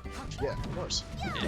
At least interspersed with like moments of like not being on that level, but I think he's showing in this losers run he's on right now, he can definitely play at that level for an extended period of time. Exactly, that's my point. I guess if Tony was playing a top 100 Peach, I don't think he would go Falcon. So I think what's the point of weekly sometimes is actually getting practice for your main against a matchup that you mentioned run across the page, right? So yeah. Oh. Oh, is it Sorry. I couldn't hear you as much. I was talking to myself, sorry. Yeah. No, he wasn't even talking to me. Chat. He was just talking to himself about the matchup. That's what the great ones do. Yeah, when you get old, when you get up there in age, you talk to yourself a lot. I mean, it's I mean, I've always said I can't wait to get. I mean, you're also not old, but I can't wait to be like 70 or something. you can't wait to be yourself. You can just get away with so much. You just do whatever you want. Yeah, I'm old. I'm sorry. You have to- I didn't or mean just to like urinate in public. I'm old. no, but like even like the more like naive or like ignorant sense, like just do whatever you want and like just play it off Just like say it's whatever nothing. you want to, Just yeah. say the wildest stuff. Not even just Sorry. like bad stuff, just like the most crazy, and people just like don't say anything. As opposed, if you're like 21, you start saying some whack shit, people are like, what the fuck are you talking yeah. about? You immediately get re-educated. Yeah, exactly. Once you're old, you just say what Once you you're want old, to they do. don't bother, and that's what I want. I'm tired of putting in effort, trying to make myself a better person. So Arty's keeping it close. He is, yeah. Playing real well. This obviously is Fox wins this matchup, but especially on this stage, I feel like this is almost it feels like in a lot of instances this is the automatic first counter pick Right. for Foxes. But they struck here. Well, we were talking about the last set. Arty loves this stage. And these are two guys that SloX definitely is very patient.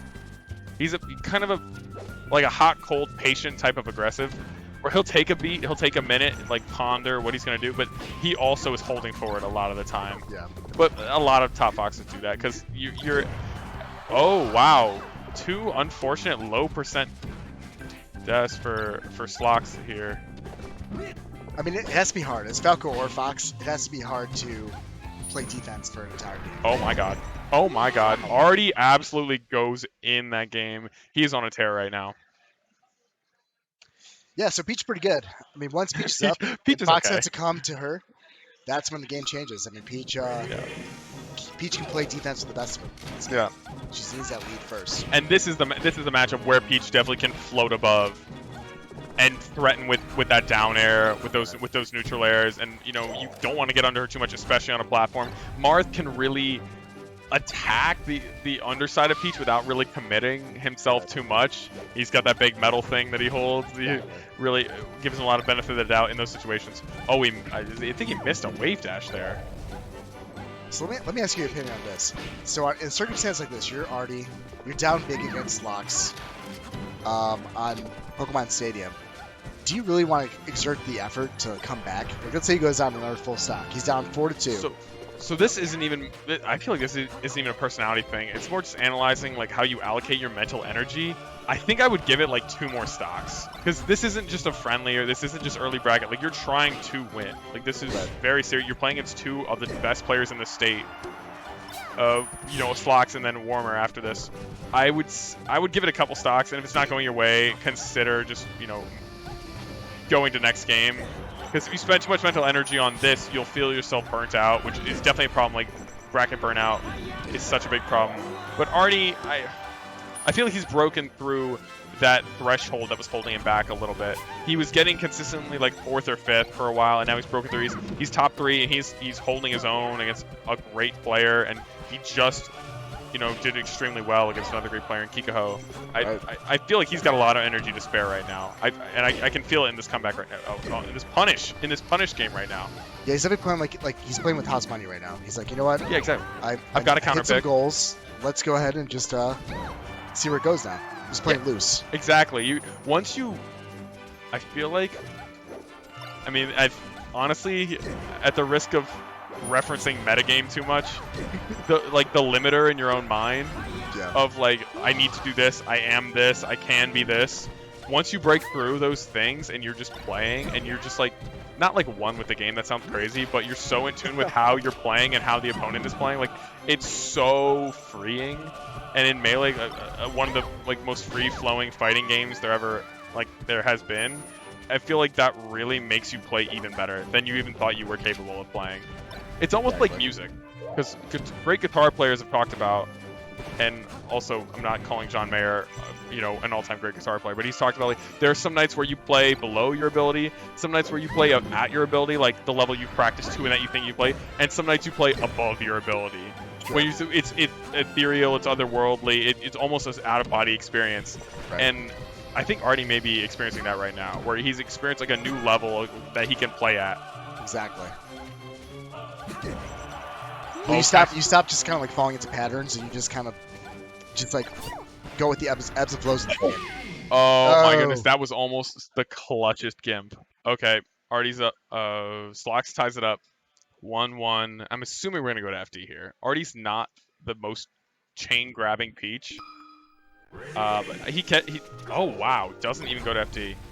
This is what I'm saying. Like he just doesn't do it that much. So why give Fox that extra space? Yeah, he's putting the damage on from combos, Peach combos, reads. Yeah, down smashes on platforms. Like that's so big. And if you take away the platforms, you take away one of the most dangerous things about her. Exactly. And It's easier to play. Right, and going back to what we were saying before, Arty's more like he wants to scrap more. He doesn't want to sit and play like a long zoning game. And Yeah. FD is definitely going to be that kind of a game against Fox. Yeah. Because Fox is going to dash dance far away from you, shoot lasers, Yeah, and exactly. Yeah, shark you to throw out unsafe stuff. yeah.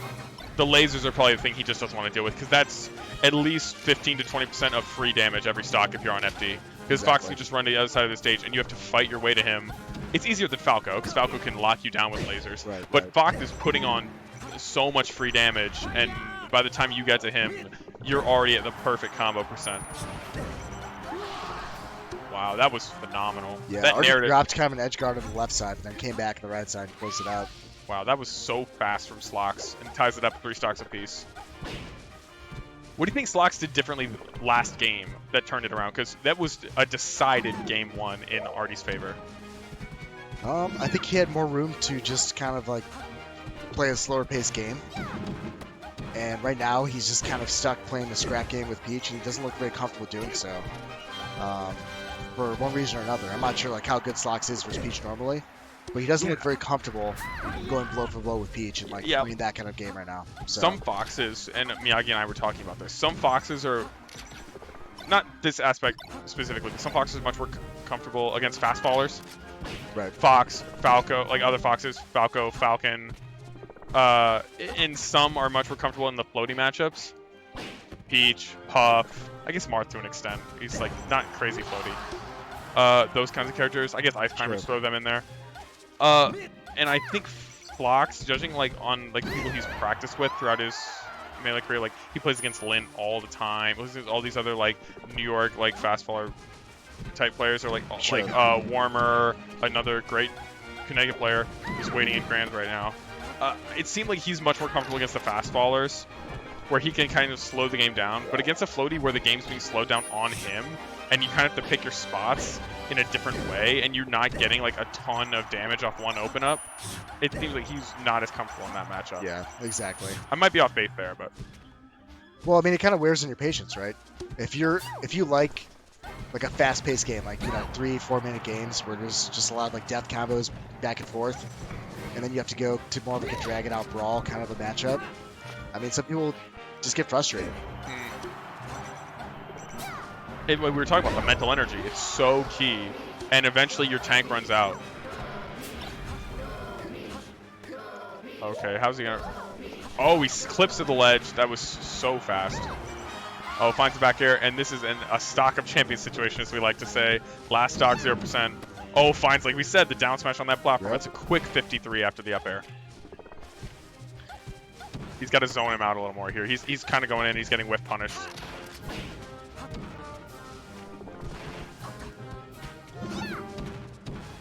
This is so scary. This is so scary for both players, but Right. I think for SloX especially. One stray nair. Oh my, exactly. Oh, reverse nair. He mixed up his DI. Just gotta close it out there. He couldn't close it out. This is huge. This is gonna determine the set, really. I think so. Pivotal game 3, like they always say in a playoff series in basketball. Should be it. Oh, there's a weak hit back here. Is this gonna be a 4 throw? Yes, 4 throw. Oh my goodness. Back. Oh! The ledge angle. Now, And Arty's up 2-1. Could SloX have sweet spotted that I don't angle know there, if or he was that could all have a from that guaranteed hit from Arty there? I don't know if he could have sweet spot from that angle. It looked like he got as close as he could have. Yeah, maybe on the box. Maybe on And- the box. I think in that, maybe on the box. Maybe on the box. He needs notches. You need notches. What? I think I usually, because I play Fox, I go back and forth, but I usually find I play Fox better here. Like I play Falco better at home when I'm practicing, and then my Fox better here. It's so funny. Right. I just move faster. Is that But- more of like a net play thing or for CRT? Just or like how do you practicing with like my brother, who's like my main practice partner, or just practicing tech skill. I'm like, oh yeah, my Falco's really moving. And then I get here and I'm just messing stuff up, or I'm not moving as fast as I want to. go? Yeah, I feel you. But I usually favor, especially a character like Pete, who really can't cover the top platform very well on a lot of stages. I would favor to go, instead of going to ledge, try to get to top platform. Sure. I feel like that's better, and then your DI is your recovery, like Mango's often said. Like the best recovery is DI, Right. especially if you know if you're going to top platform and you know they're going to hit you, you can DI the best you ever possibly could. Sure. And then maybe get in a better Pete struggles situation. to hit top platform. Exactly, always. Yeah.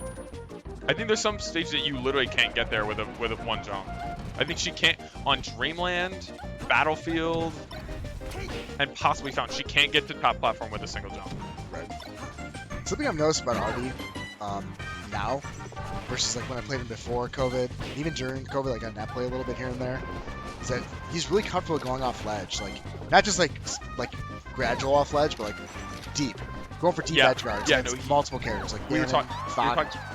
We were talking about this. He's kind of like not pioneering, but he's really showcasing that Peach can not just go down to finish an edge guard, but like wait for your opponent. Exactly, and safely do it.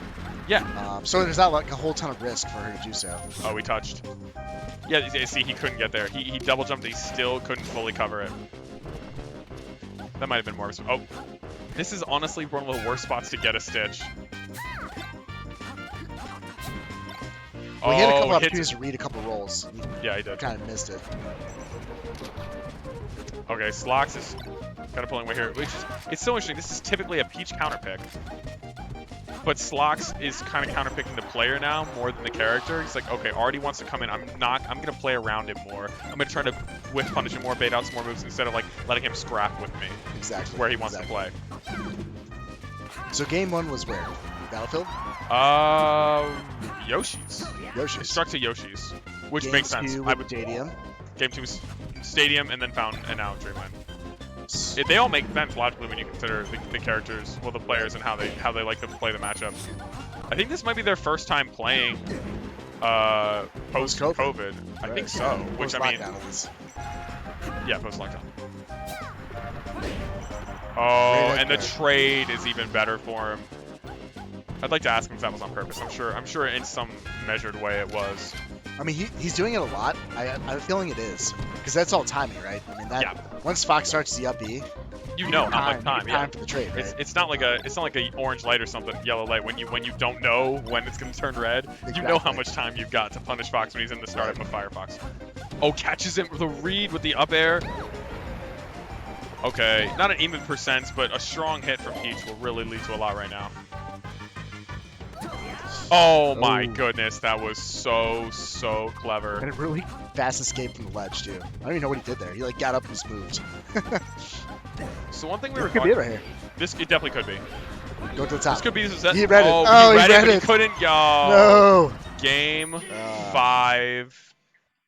Game 5. I'm assuming this is it. They might agree to go back to battle. Actually, no. He might just take him to Battlefield. Yeah, they he haven't played read there that yet. top platform. He read him like so a champ. hard. He knew he was going there.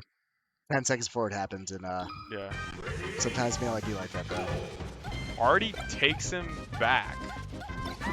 That. I feel like Battlefield what may do have you been a think? better choice. I feel like or FD just for the simple reason, like it's a traditional counter pick, and then you can chain grab if you want to. He might just not be that good at it, but I'm sure. I'm just thinking of the style of play. Like he obviously wants platform stages. He wants closer spaces. I'm thinking Battlefield is probably the choice based on how well he was doing in the smaller stages against SloX. SloX is really good at. He's doing a really good job with punishing, playing with space, and take that away from SloX, and all of a sudden the game becomes more of a toss up. Yeah. But I mean, that being said, Arty's up, so this is a free punish there off the whiffed up smash. Yeah. Running up smash as a whiff punish is just so good for Fox, especially at a high percent. You against Peach, you might not get much off of it at a low percent. Like there, he'd like, oh wow, okay, reverse forward. That's an interesting combo extender. Okay, SloX is turning it up right now. SloX is turning it up.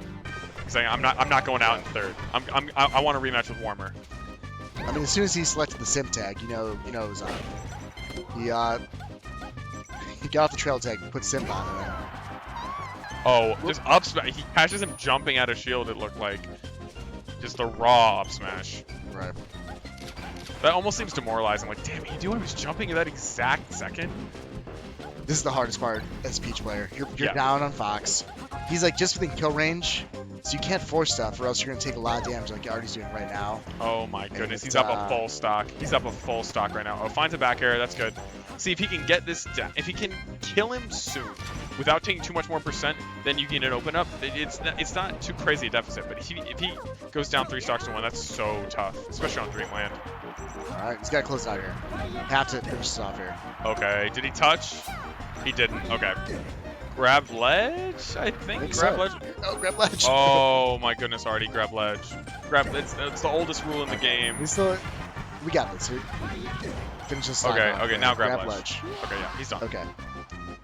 Okay, see now if he can get a solid open up, Fox is okay. That SloX was it. You had the chance right there. Yeah, SloX is really playing not reckless around the ledge, but definitely aggressive, leaving the door open for Arty to potentially open him up and maybe get a low percentage kill, if not a long combo. Oh, he just held shield. He realized that was a bad situation for him. He's stuck in the corner. Yep. Not a lot. He's stuck under one of the platforms. That's definitely not where you want to be as Peach.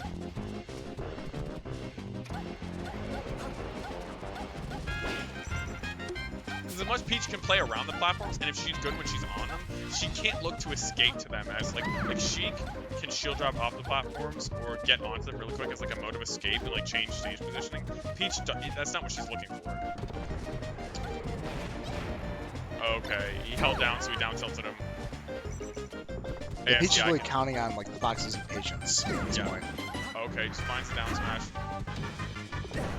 Okay, this is definitely not over. This is last stock, game 5. 2 of the best players in the venue. So just like last game, Arty needs like 1 or 2 reads, and he needs to trust his reads. Yeah. Don't second guess yourself. Yeah, don't second guess yourself. Pick the read, hit the read, and just try to take the stock. Oh. That is so unfortunate. A little bit of an anticlimactic end to a really good set, but Arty played his out of his mind today. That was good. Good game 5 set against the top player in New England in 2019 I think so. before COVID. So that's really an impressive showing. GG's. I'm gonna get off commentary because actually, as long as I played this game for, I know nothing about this game. I just learned how to shield drop. I'm still trying to learn how to like jump cancel grab. So when I watch people play, the high level players play, I'm like, what are they doing? They're playing melee. They're moving fast, but I'm not sure what exactly. Well, you're certainly holding your own, so I wouldn't sell yourself too short. Perfect. I'm gonna get out of here, guys. Great to commentate with you, man. Yeah, I'll shake your hand. What's your name again? Camp. Camp. I'm Roy. Nice to meet you. Yeah. All right, we got grand finals coming up in a minute. Yo, can we? 1 second. I was gonna get Arty on commentary, but I don't know if he wants to right now. Yeah. I could ask him. Hey, bro. Ready?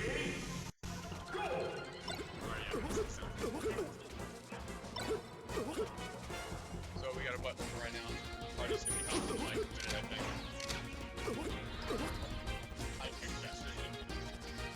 Maybe. But then I know he just went through a long set, so a long run, so he might be tired. He's got a great shirt on though, so.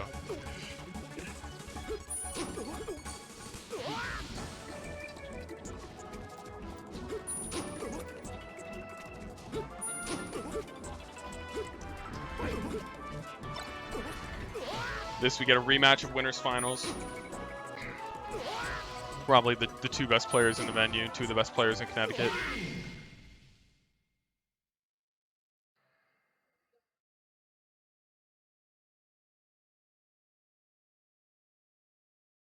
I'm interested to see how SloX adapts to the first set. Warmer was kind of really all over him.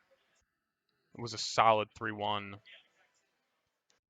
I think it's how he's gonna stuff Falco's approaches is really, really important because Warmer was definitely he wasn't playing the defensive game. Warmer was definitely all over SloX. They were all over SloX for sure.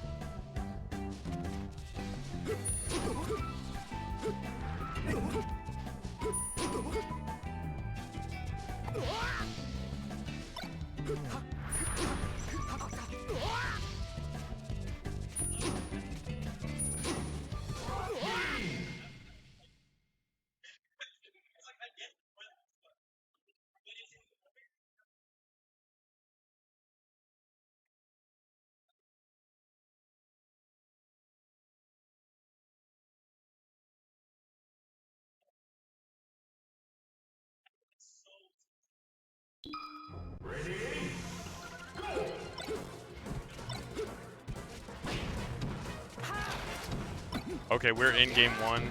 Wow, SloX starting off strong. His reactions on those techs right now are insane. Warmer gets an open up. Falco can do so much with these battle platforms. They're positioned so well. You need a lot of those follow-ups on the platforms. I think Arty's hopping on in a second.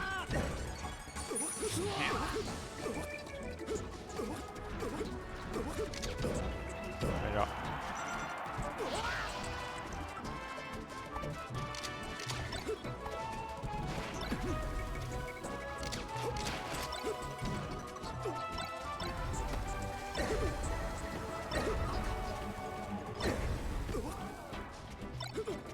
What's up, dude? That was a great set we just saw you play. Oh my god, dude. So what happened is game 4 when he up beat to the top platform. I was floating right there and I did nothing. It seemed like I did nothing, but really what I did was I aerialed to kill him, which would have killed him, I think. And Peach's aerials when she's floating like kind of move her down a little bit, so I literally landed on the platform because I did the aerial. I didn't even fastball. I just pressed A and then I landed. Oh my god. Because we were wondering what happened. It's like, damn, he read the shit out of Yeah, that I up mean, B. like, when they're up being at that spot, if they don't go high, it's like they risk dying right away. Yeah, So exactly. You read it and then you keep stage control if That's you what- don't get the read. That's what I was saying. Like, I would, because in the game 3 it was, before he went, yeah, game 3 on Fountain, you caught him at the end of the game. He went ledge, he just back aired me, and he died. Yeah. He didn't have a jump. And, like, I was like, in that situation, shouldn't you always go high? Because even if they read you, you know you're going to get hit, and then your DI is going to be as good as it could possibly be. Yeah. And that's, yeah. But Yeah, but you can't do it forever, right? You Yeah, gotta, at some point, try to get back change on, it. yeah. But like the thing is, like if he goes to ledge, or if he goes high and I cover ledge in that situation, then he's got stage control, and I don't want that. So No. usually I'll cover high. Yeah. Yeah, what's up, Zuppy in the Even though chat? some people will try to cover low because it's a quicker kill, Yeah, and a lot of people they get greedy and try to go for ledge, but Yeah. it makes more sense to try to cover high as a more consistent option. Yeah, and like all things in Melee, it's like if it's the good thing, then and they read it, then it's bad, right? Absolutely. Like if they do a bad thing, but I don't catch them, then it's even better than the good thing Yep. that I would have caught them. If in. it's technically the best thing, the best option, but they know you're doing it, it's automatically a terrible option. Yeah, exactly. As opposed to a good thing It's- that maybe happens sometimes. Yeah. The mix-ups are so important. Yeah, dude, it was so that ending, man. Yeah, I was. You played definitely- so I well. was definitely stressed out. Yeah. Thank you. I feel like I'm playing hot today. Well, I You was were. playing hot. That's what I was talking about. I was like, it seems like he's honestly like leveled up even more. Like I was talking about, Oh. like, Tommy, can you put the L next to SloX's name? Or yeah. You want to put the L next to SloX's name? Because he's in losers. You know how to do that? Yeah, just next to SloX's name, not Warmer. Oh yeah. speaking of playing really well, we have a crazy set that we're hopefully just in the beginnings of right now. Yeah. Ideally, that goes 10 games. We would all be here a lot longer. Here, I'll type it. It's okay. Arty's doing tech support right No now. problem. He's running the tournament. He's running the tournament. There you go. He's running the tournament in 3 ways. Running the bracket. Well, actually, running the bracket means like. No, you're running bracket in more than one way. Yeah, exactly. I run this shit, bro. Definitely. Run all No, the way to the finals. Oh wow, this is exactly what happened last set. SloX, I think SloX won game 1 last set, or maybe Warmer won game 1. But when it went Pokemon, it was absolutely brutal. Warmer 3 stocks, and not even close. Some pit fighting. Oh my Yeah, god, how did there was a that hype work? pit fight last set too. I'm so Pit surprised fight. that didn't work. The one we're there. Oh, catch him with the laser, and he just goes down. He's like, We were actually talking about you. Did you? I think you lost on Stadium, right? I think he did. I think I did. Yeah. Yeah, we were talking about like because you were down early, and we were like, all right, at what point does he like just go like, all right, I'm not going to waste mental energy on this game? But you brought it completely back. It was so close at the end. Yeah. But I would think that's what SloX was doing there. Just, all right, I'm gonna die at some point. I'll just go to next game, get my counter pick. Yeah. I mean, like, worst case scenario, you lose the game, right? So if you recover, and I think like getting more information on my opponent helps me. Like what they're gonna do in given certain situations. So if I'm forfeiting the game, I may as well like forfeit it in a way that gets me information by like going for certain options, see how they react. Yeah, exactly. Not Having fully that. invested. Yeah. That makes so much sense. Yeah. Like I still get data out of this, or experience, or knowledge yeah. about their playstyle, or whatever Yeah, it like, is. I haven't played SloX. I don't even think I've Since played before SloX COVID, right? Being, stopped. So, Yeah, you guys almost met up last week, but not yeah, quite. yeah. So I haven't played him in like over 2 years since the last time pre-quarantine. And you're definitely already better than you were then. Yeah, for sure. I think I leveled up hardcore during quarantine. Yeah. Took a lot of time to like think about the game, and then Slippy came out. So Yeah. Well, that's what they say. Like all the top players, all the people that talk about the game a lot, like PBMD has said this, like tech has to come first. You have to fully master how to move with your character before you can master your character. Like you can't be thinking about all the mental stuff and like considering like the different aspects of the game and like your playstyle if you're constantly being like, oh, I can't, like I might mess this up. You can't be messing stuff up. At least, I mean, obviously you're not if gonna you be know perfect. what to do, but you can't do it, it doesn't matter. Yeah, exactly. And that's Same as not knowing. yeah. It'd be worse to be, tech has to come first. Otherwise, you just get really frustrated and burnt out. Like, I know what I should be doing. Yeah. Zuppy, the transformations, you mentioned transformations. The reason they're on is because World Tour is using them as part of their rule set, and we're trying to get our events on the World Tour, so. Okay. I was wondering about that, because a lot of people are really just favoring people don't Frozen. like it, I know. I think is the stadium with the transformations, despite like playing Spaceys, like I actually hate the stage. I think it messes up like my flow a lot. Yeah. If it was Frozen, I would actually really like it. Yeah, but I think when freezing stadium was like a controversial thing. I remember Connecticut just did it because everyone was like, yeah, we should just freeze stadium, and I was like, yeah, we should. But World Tour is not freezing it for some reason, probably because they want Nintendo support. And Nintendo's gonna notice that, hey, we actually programmed this to change. Though I think if anyone was gonna, I mean, because VG Bootcamp, that's running World Tour, they're like a staple in the community. Maybe they could pioneer like this idea. It's not like BTF coming in and being like, oh yeah, by the way, we fucking changed the way you play your game. Yeah. Like that probably wouldn't go over too well. I don't know. I'm in favor of freezing stadium, but yeah. at a local. I think players are. It's just as an organization, they're trying to like make sure Nintendo doesn't get yelled at. And, like a visible thing like Stadium not freezing or freezing is. Yeah. Nintendo yelled at us for playing Melee in October, or December. Kelpo, I agree very much, but apparently the first event is this weekend. Didn't you tell me that earlier? What? The first World Tour event is this weekend. Is it? I think so. Someone told me that earlier. I didn't fact check him or anything, but I think it's happening. Were we talking about that? I don't know. Maybe it wasn't you. I just heard it recently. I don't know if we're talking about that. But either way, that's really hype. Yeah, maybe. We'll see. Also, Anyway, this always comes up so naturally, but also Nintendo, if you're listening, fuck you. Yeah, right? Every single week I get in a fuck you, Nintendo. Every good thing. Dude, what the hell was that? Oh my god, nasty, that dude. was so fast. See, just backer, and I'm like, that's hype. So I'm trying to get in a pseudo like player interview while we also commentate this set. 'Cause hopefully it goes a long time. Yeah, my player interview. You 3-0'd Kikoho. Yes, I did. Yeah, I mean like that was like the wall that I saw you breaking through. I was like, wow, this is different. Like, before quarantine, no thanks. Before quarantine, it used to go back and forth. I was someone who he would lose to, and yet he would beat people better than me, and it would just happen all the time. And it happened a few times even outside of our locals. And it was just like I was his demon, and then he eventually got so good that he was just punishing me harder than I was getting him, and then now I'm the one that has to bring it back. Yeah. So it's like when I'm playing exactly how I want to, and I'm like I get a good feel for the way he's playing, and I think that he does play predictably, albeit very good, very well. Right? He does very good things, but they're predictable. So, in my opinion, if you watch this Kikoho, it's not a bad thing. He, like for example, he'll just like do a late forwarder on your shield, and then dash back, pivot tipper your shield. And if you did anything, he tippers you, and if you didn't, then he's safe. And he just gets those. Yeah. So, And then, like, like, I that's think a good thing. It's just when I read it and then I like roll in, which is like something that would be crazy to do if they didn't do the forward tilt. Yeah.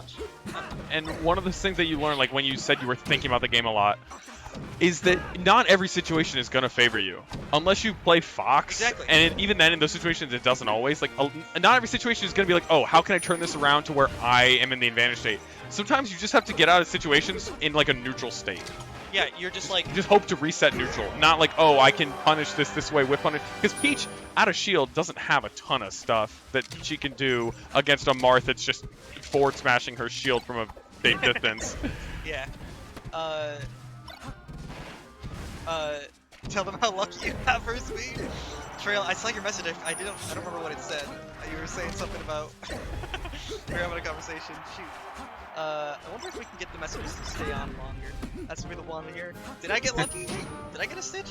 I don't remember if I got a Stitch versus Trail. I definitely got one versus SloX, and somehow he managed to get out of it. I hit his shield twice. That was probably... This is definitely shaping up to be a great set. I think that was the best set we're going to see today was you versus SloX. That was so hype. I honestly wish more people were watching in here. There weren't enough people. Everyone's playing friendlies. Everyone's on that grind. Yeah, everyone's on the grind, dude. I'm here just appreciating, commentating the great melee. Yeah. You're a knucklehead, Trail. That's pretty sweet. Oh, Alright, snipes the ledge. Ormer shaking their head at that. I feel like in that situation, you grab ledge just to cover it, and then if they do the side B, you hold it. Yeah. But you're not actually expecting the side B to happen. Yeah. You're trying to like just grab ledge so you can get in position to do like a rising back air. And I think the mix-up there is if you shorten, you're going the same distance, but it's like you know how when Mars aimed just a little bit up, they don't go on stage up the ledge, so if you happen to just get up instead of roll off, they snag the ledge on their way down. The shorten kind of function in that same way. Right. Where like if they hop off ledge or just stand up, then you grab the ledge as you're falling down from your shorten, as opposed to just going straight into the ledge and falling down with your normal illusion. That was tricky. Wow, he's really playing. Oh, Warmer not. uses they them, by the way. Yeah. Let me put that on there. Do you want to put Warmer's pronouns? We got game. This is game 5, even stocks of the first set. Yeah. If SloX wins, we got another set. If Warmer wins, they are the HoG Phoenix. That's correct. 0.10. Warmer's not top 100 yet. What? They've had performances that Warmer's not top 100 yet. Brub or chat is like, You're not talking to your mic. what? Oh yeah, the mic was too far away from your. I couldn't hear you great. It's too far? Yeah, Oh, that's great. you're good now. Oh, okay. Was that the way the whole time? No, I think when you got up, you like nudged it or something. I think okay. All right. What were you saying? Someone in chat asked if Warmer was on top 100. No, And but they're they are not yet. PR'd in Connecticut, and Yes. in New England, I believe, or maybe not. I believe so. Yeah. Yeah, these There's are two like of the 5 best. Connecticut players in the top 5, or not top 5, top 10. Yeah, Connecticut very- Melee been leveling up in the last Yep. few years. For a while, it was just like SloX and like a couple other people. Yep. SloX Lint, Yes. who came last week. Yeah. He's been out of practice, I think, so he ended up getting a little rolled by Kikoho. I'm just saying, you know. Kikoho was definitely on last week before he had to play SloX. He was definitely playing hot. He seemed a little bit in his own head this week. If he's listening to this, SloX? No. If Kiko's listening to this, if Kiko's listening to this, feel free to fuck me up in friendlies. Oh yeah, go. I mean, like, just because you're way worse than him doesn't. I'm not an insult to you. I mean, I think that I'm occasionally way worse than him. I am way worse than him. Yeah. You know what's so funny is that if I'd won my round 1 today, which was against iced out McChicken, which there were some close games, but if I won, I would have had to play you, and I might have just forfeited. We always And- want to give it a shot. and then, see and how then, it feels. See what you and then need the to week do. before, if I got to round 2 winners, I would have played Kikoho, and I'm like, this is like so unfair. Hey, that's what happens. You win a game, your next opponent's gonna be harder. You know.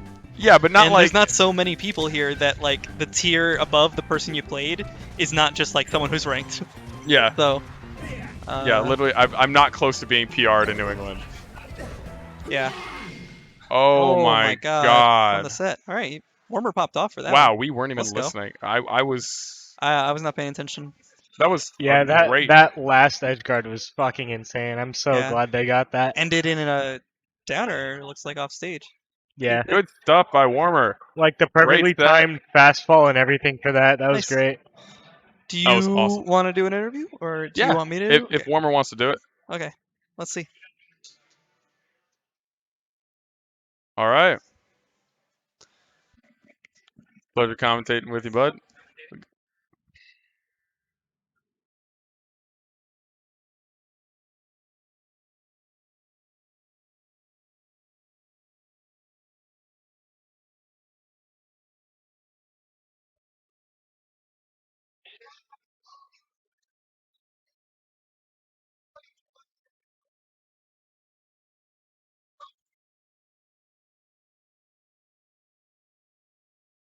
I think we got a winner's interview coming up with Warmer. Not sure though. That was a great set. Such an emphatic ending. Definitely not anticlimactic.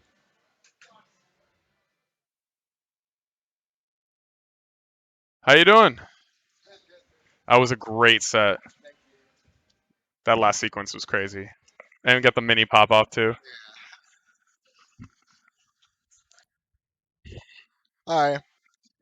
So, I don't know. I'm just like I did want to I wanted to win a hog over over Lint or SloX, and I'm upset because I wasn't able to come out last week because I really wanted to play I Lin. wanted to play I wanted to play Tyler, who's Lint, and it's just it sucks because I think I've gotten so much better since 2019, and I just really want to keep proving that, and he's the last person that I have to beat to prove that, I think. Yeah, that you're at that level. That you, or I guess in your mind Yeah, above that for level. sure. Yeah. But Well, you definitely showed it today. That was emphatic. Both Thank sets you, were thank you. decisive.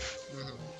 Well, not the last set. The last set was not decisive. I mean, not decisive in that the stock count of the second, but you were in control, you were doing your thing, and then the end, you made it happen. yeah. That was really good. I think I was okay with it resetting if it was 3-1, but I robbed that game from Tony so hard. I was like, dude, I have to win now. Yeah. And yeah, I was able to get it done today, so that's nice. Yeah, I mean, you played extremely well. Thanks. I haven't actually had the opportunity to commentate a lot of your playing. I've watched you play before, but since you said you weren't able to come last week or the week before, you being here last week would have made last week even more interesting. Yeah, dude. Last week was hype. Yeah. I saw Kikoho kind of destroyed Lin. I didn't think that would happen. It was.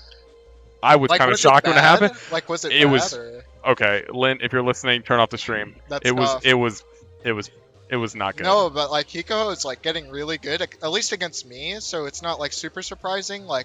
Falco is I think Marth and Falco go even with each other, but a Marth that is grinding specifically for one Falco, it's scary. Kikoho is doing this thing to me in Friendlies where I would ledge dash, shine, and he would already be countering, and I was like, holy shit, this guy's been looking at our VODs. I need to Yeah, make exactly. sure Yeah. that. Not just grinding tech, which he's so fast. He got a couple of those reverse fair down airs that Miyagi and I were like, holy shit. Yeah. How is he that fast? He's moving on his first actable frame, but also just the specific stuff, practicing for specific characters when you're trying, for specific players when you're trying to get to that level.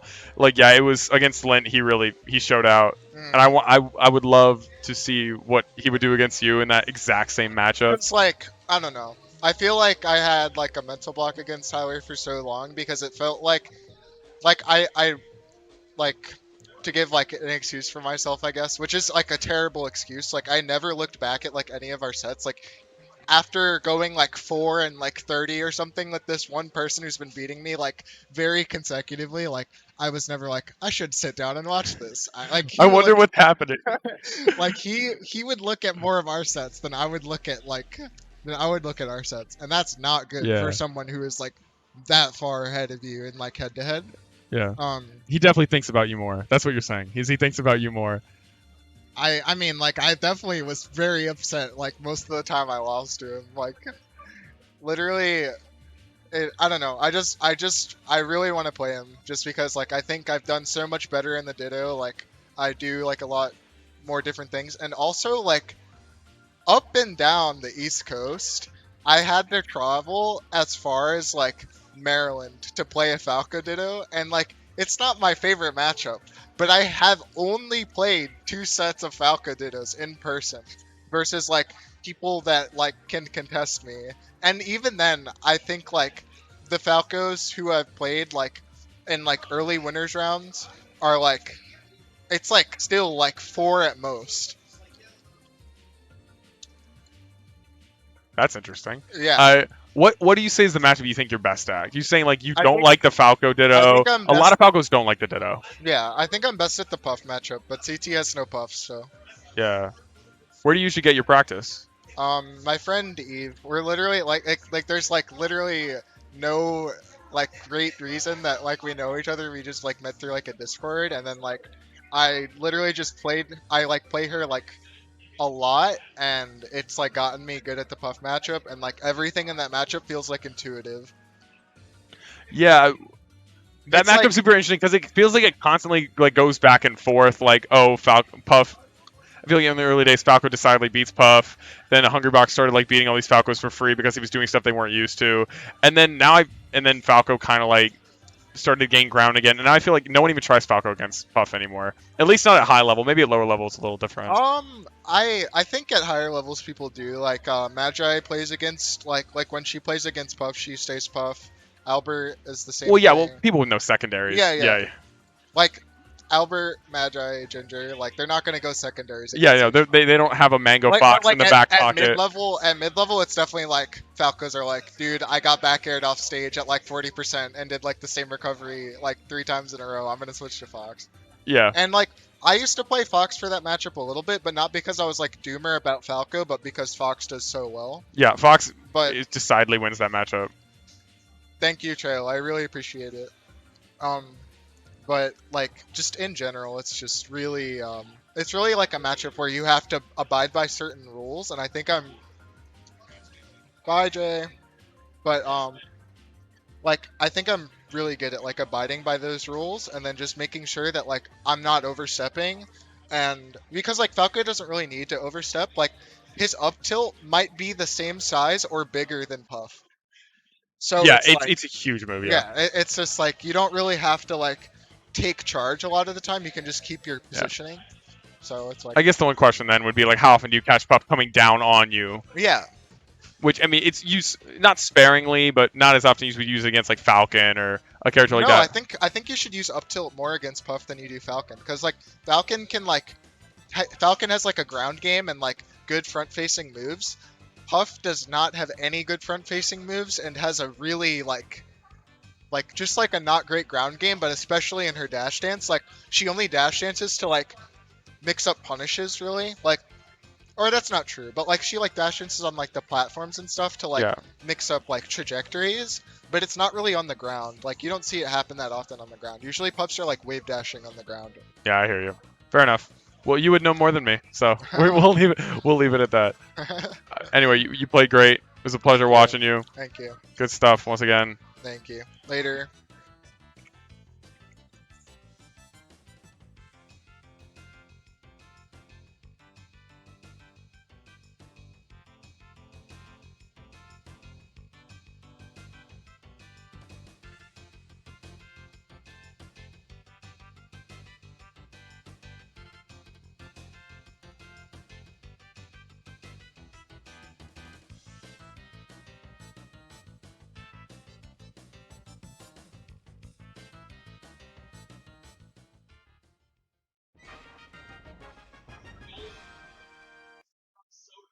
So actually, I just realized before I shut down the stream, there's actually one thing I gotta say to everybody.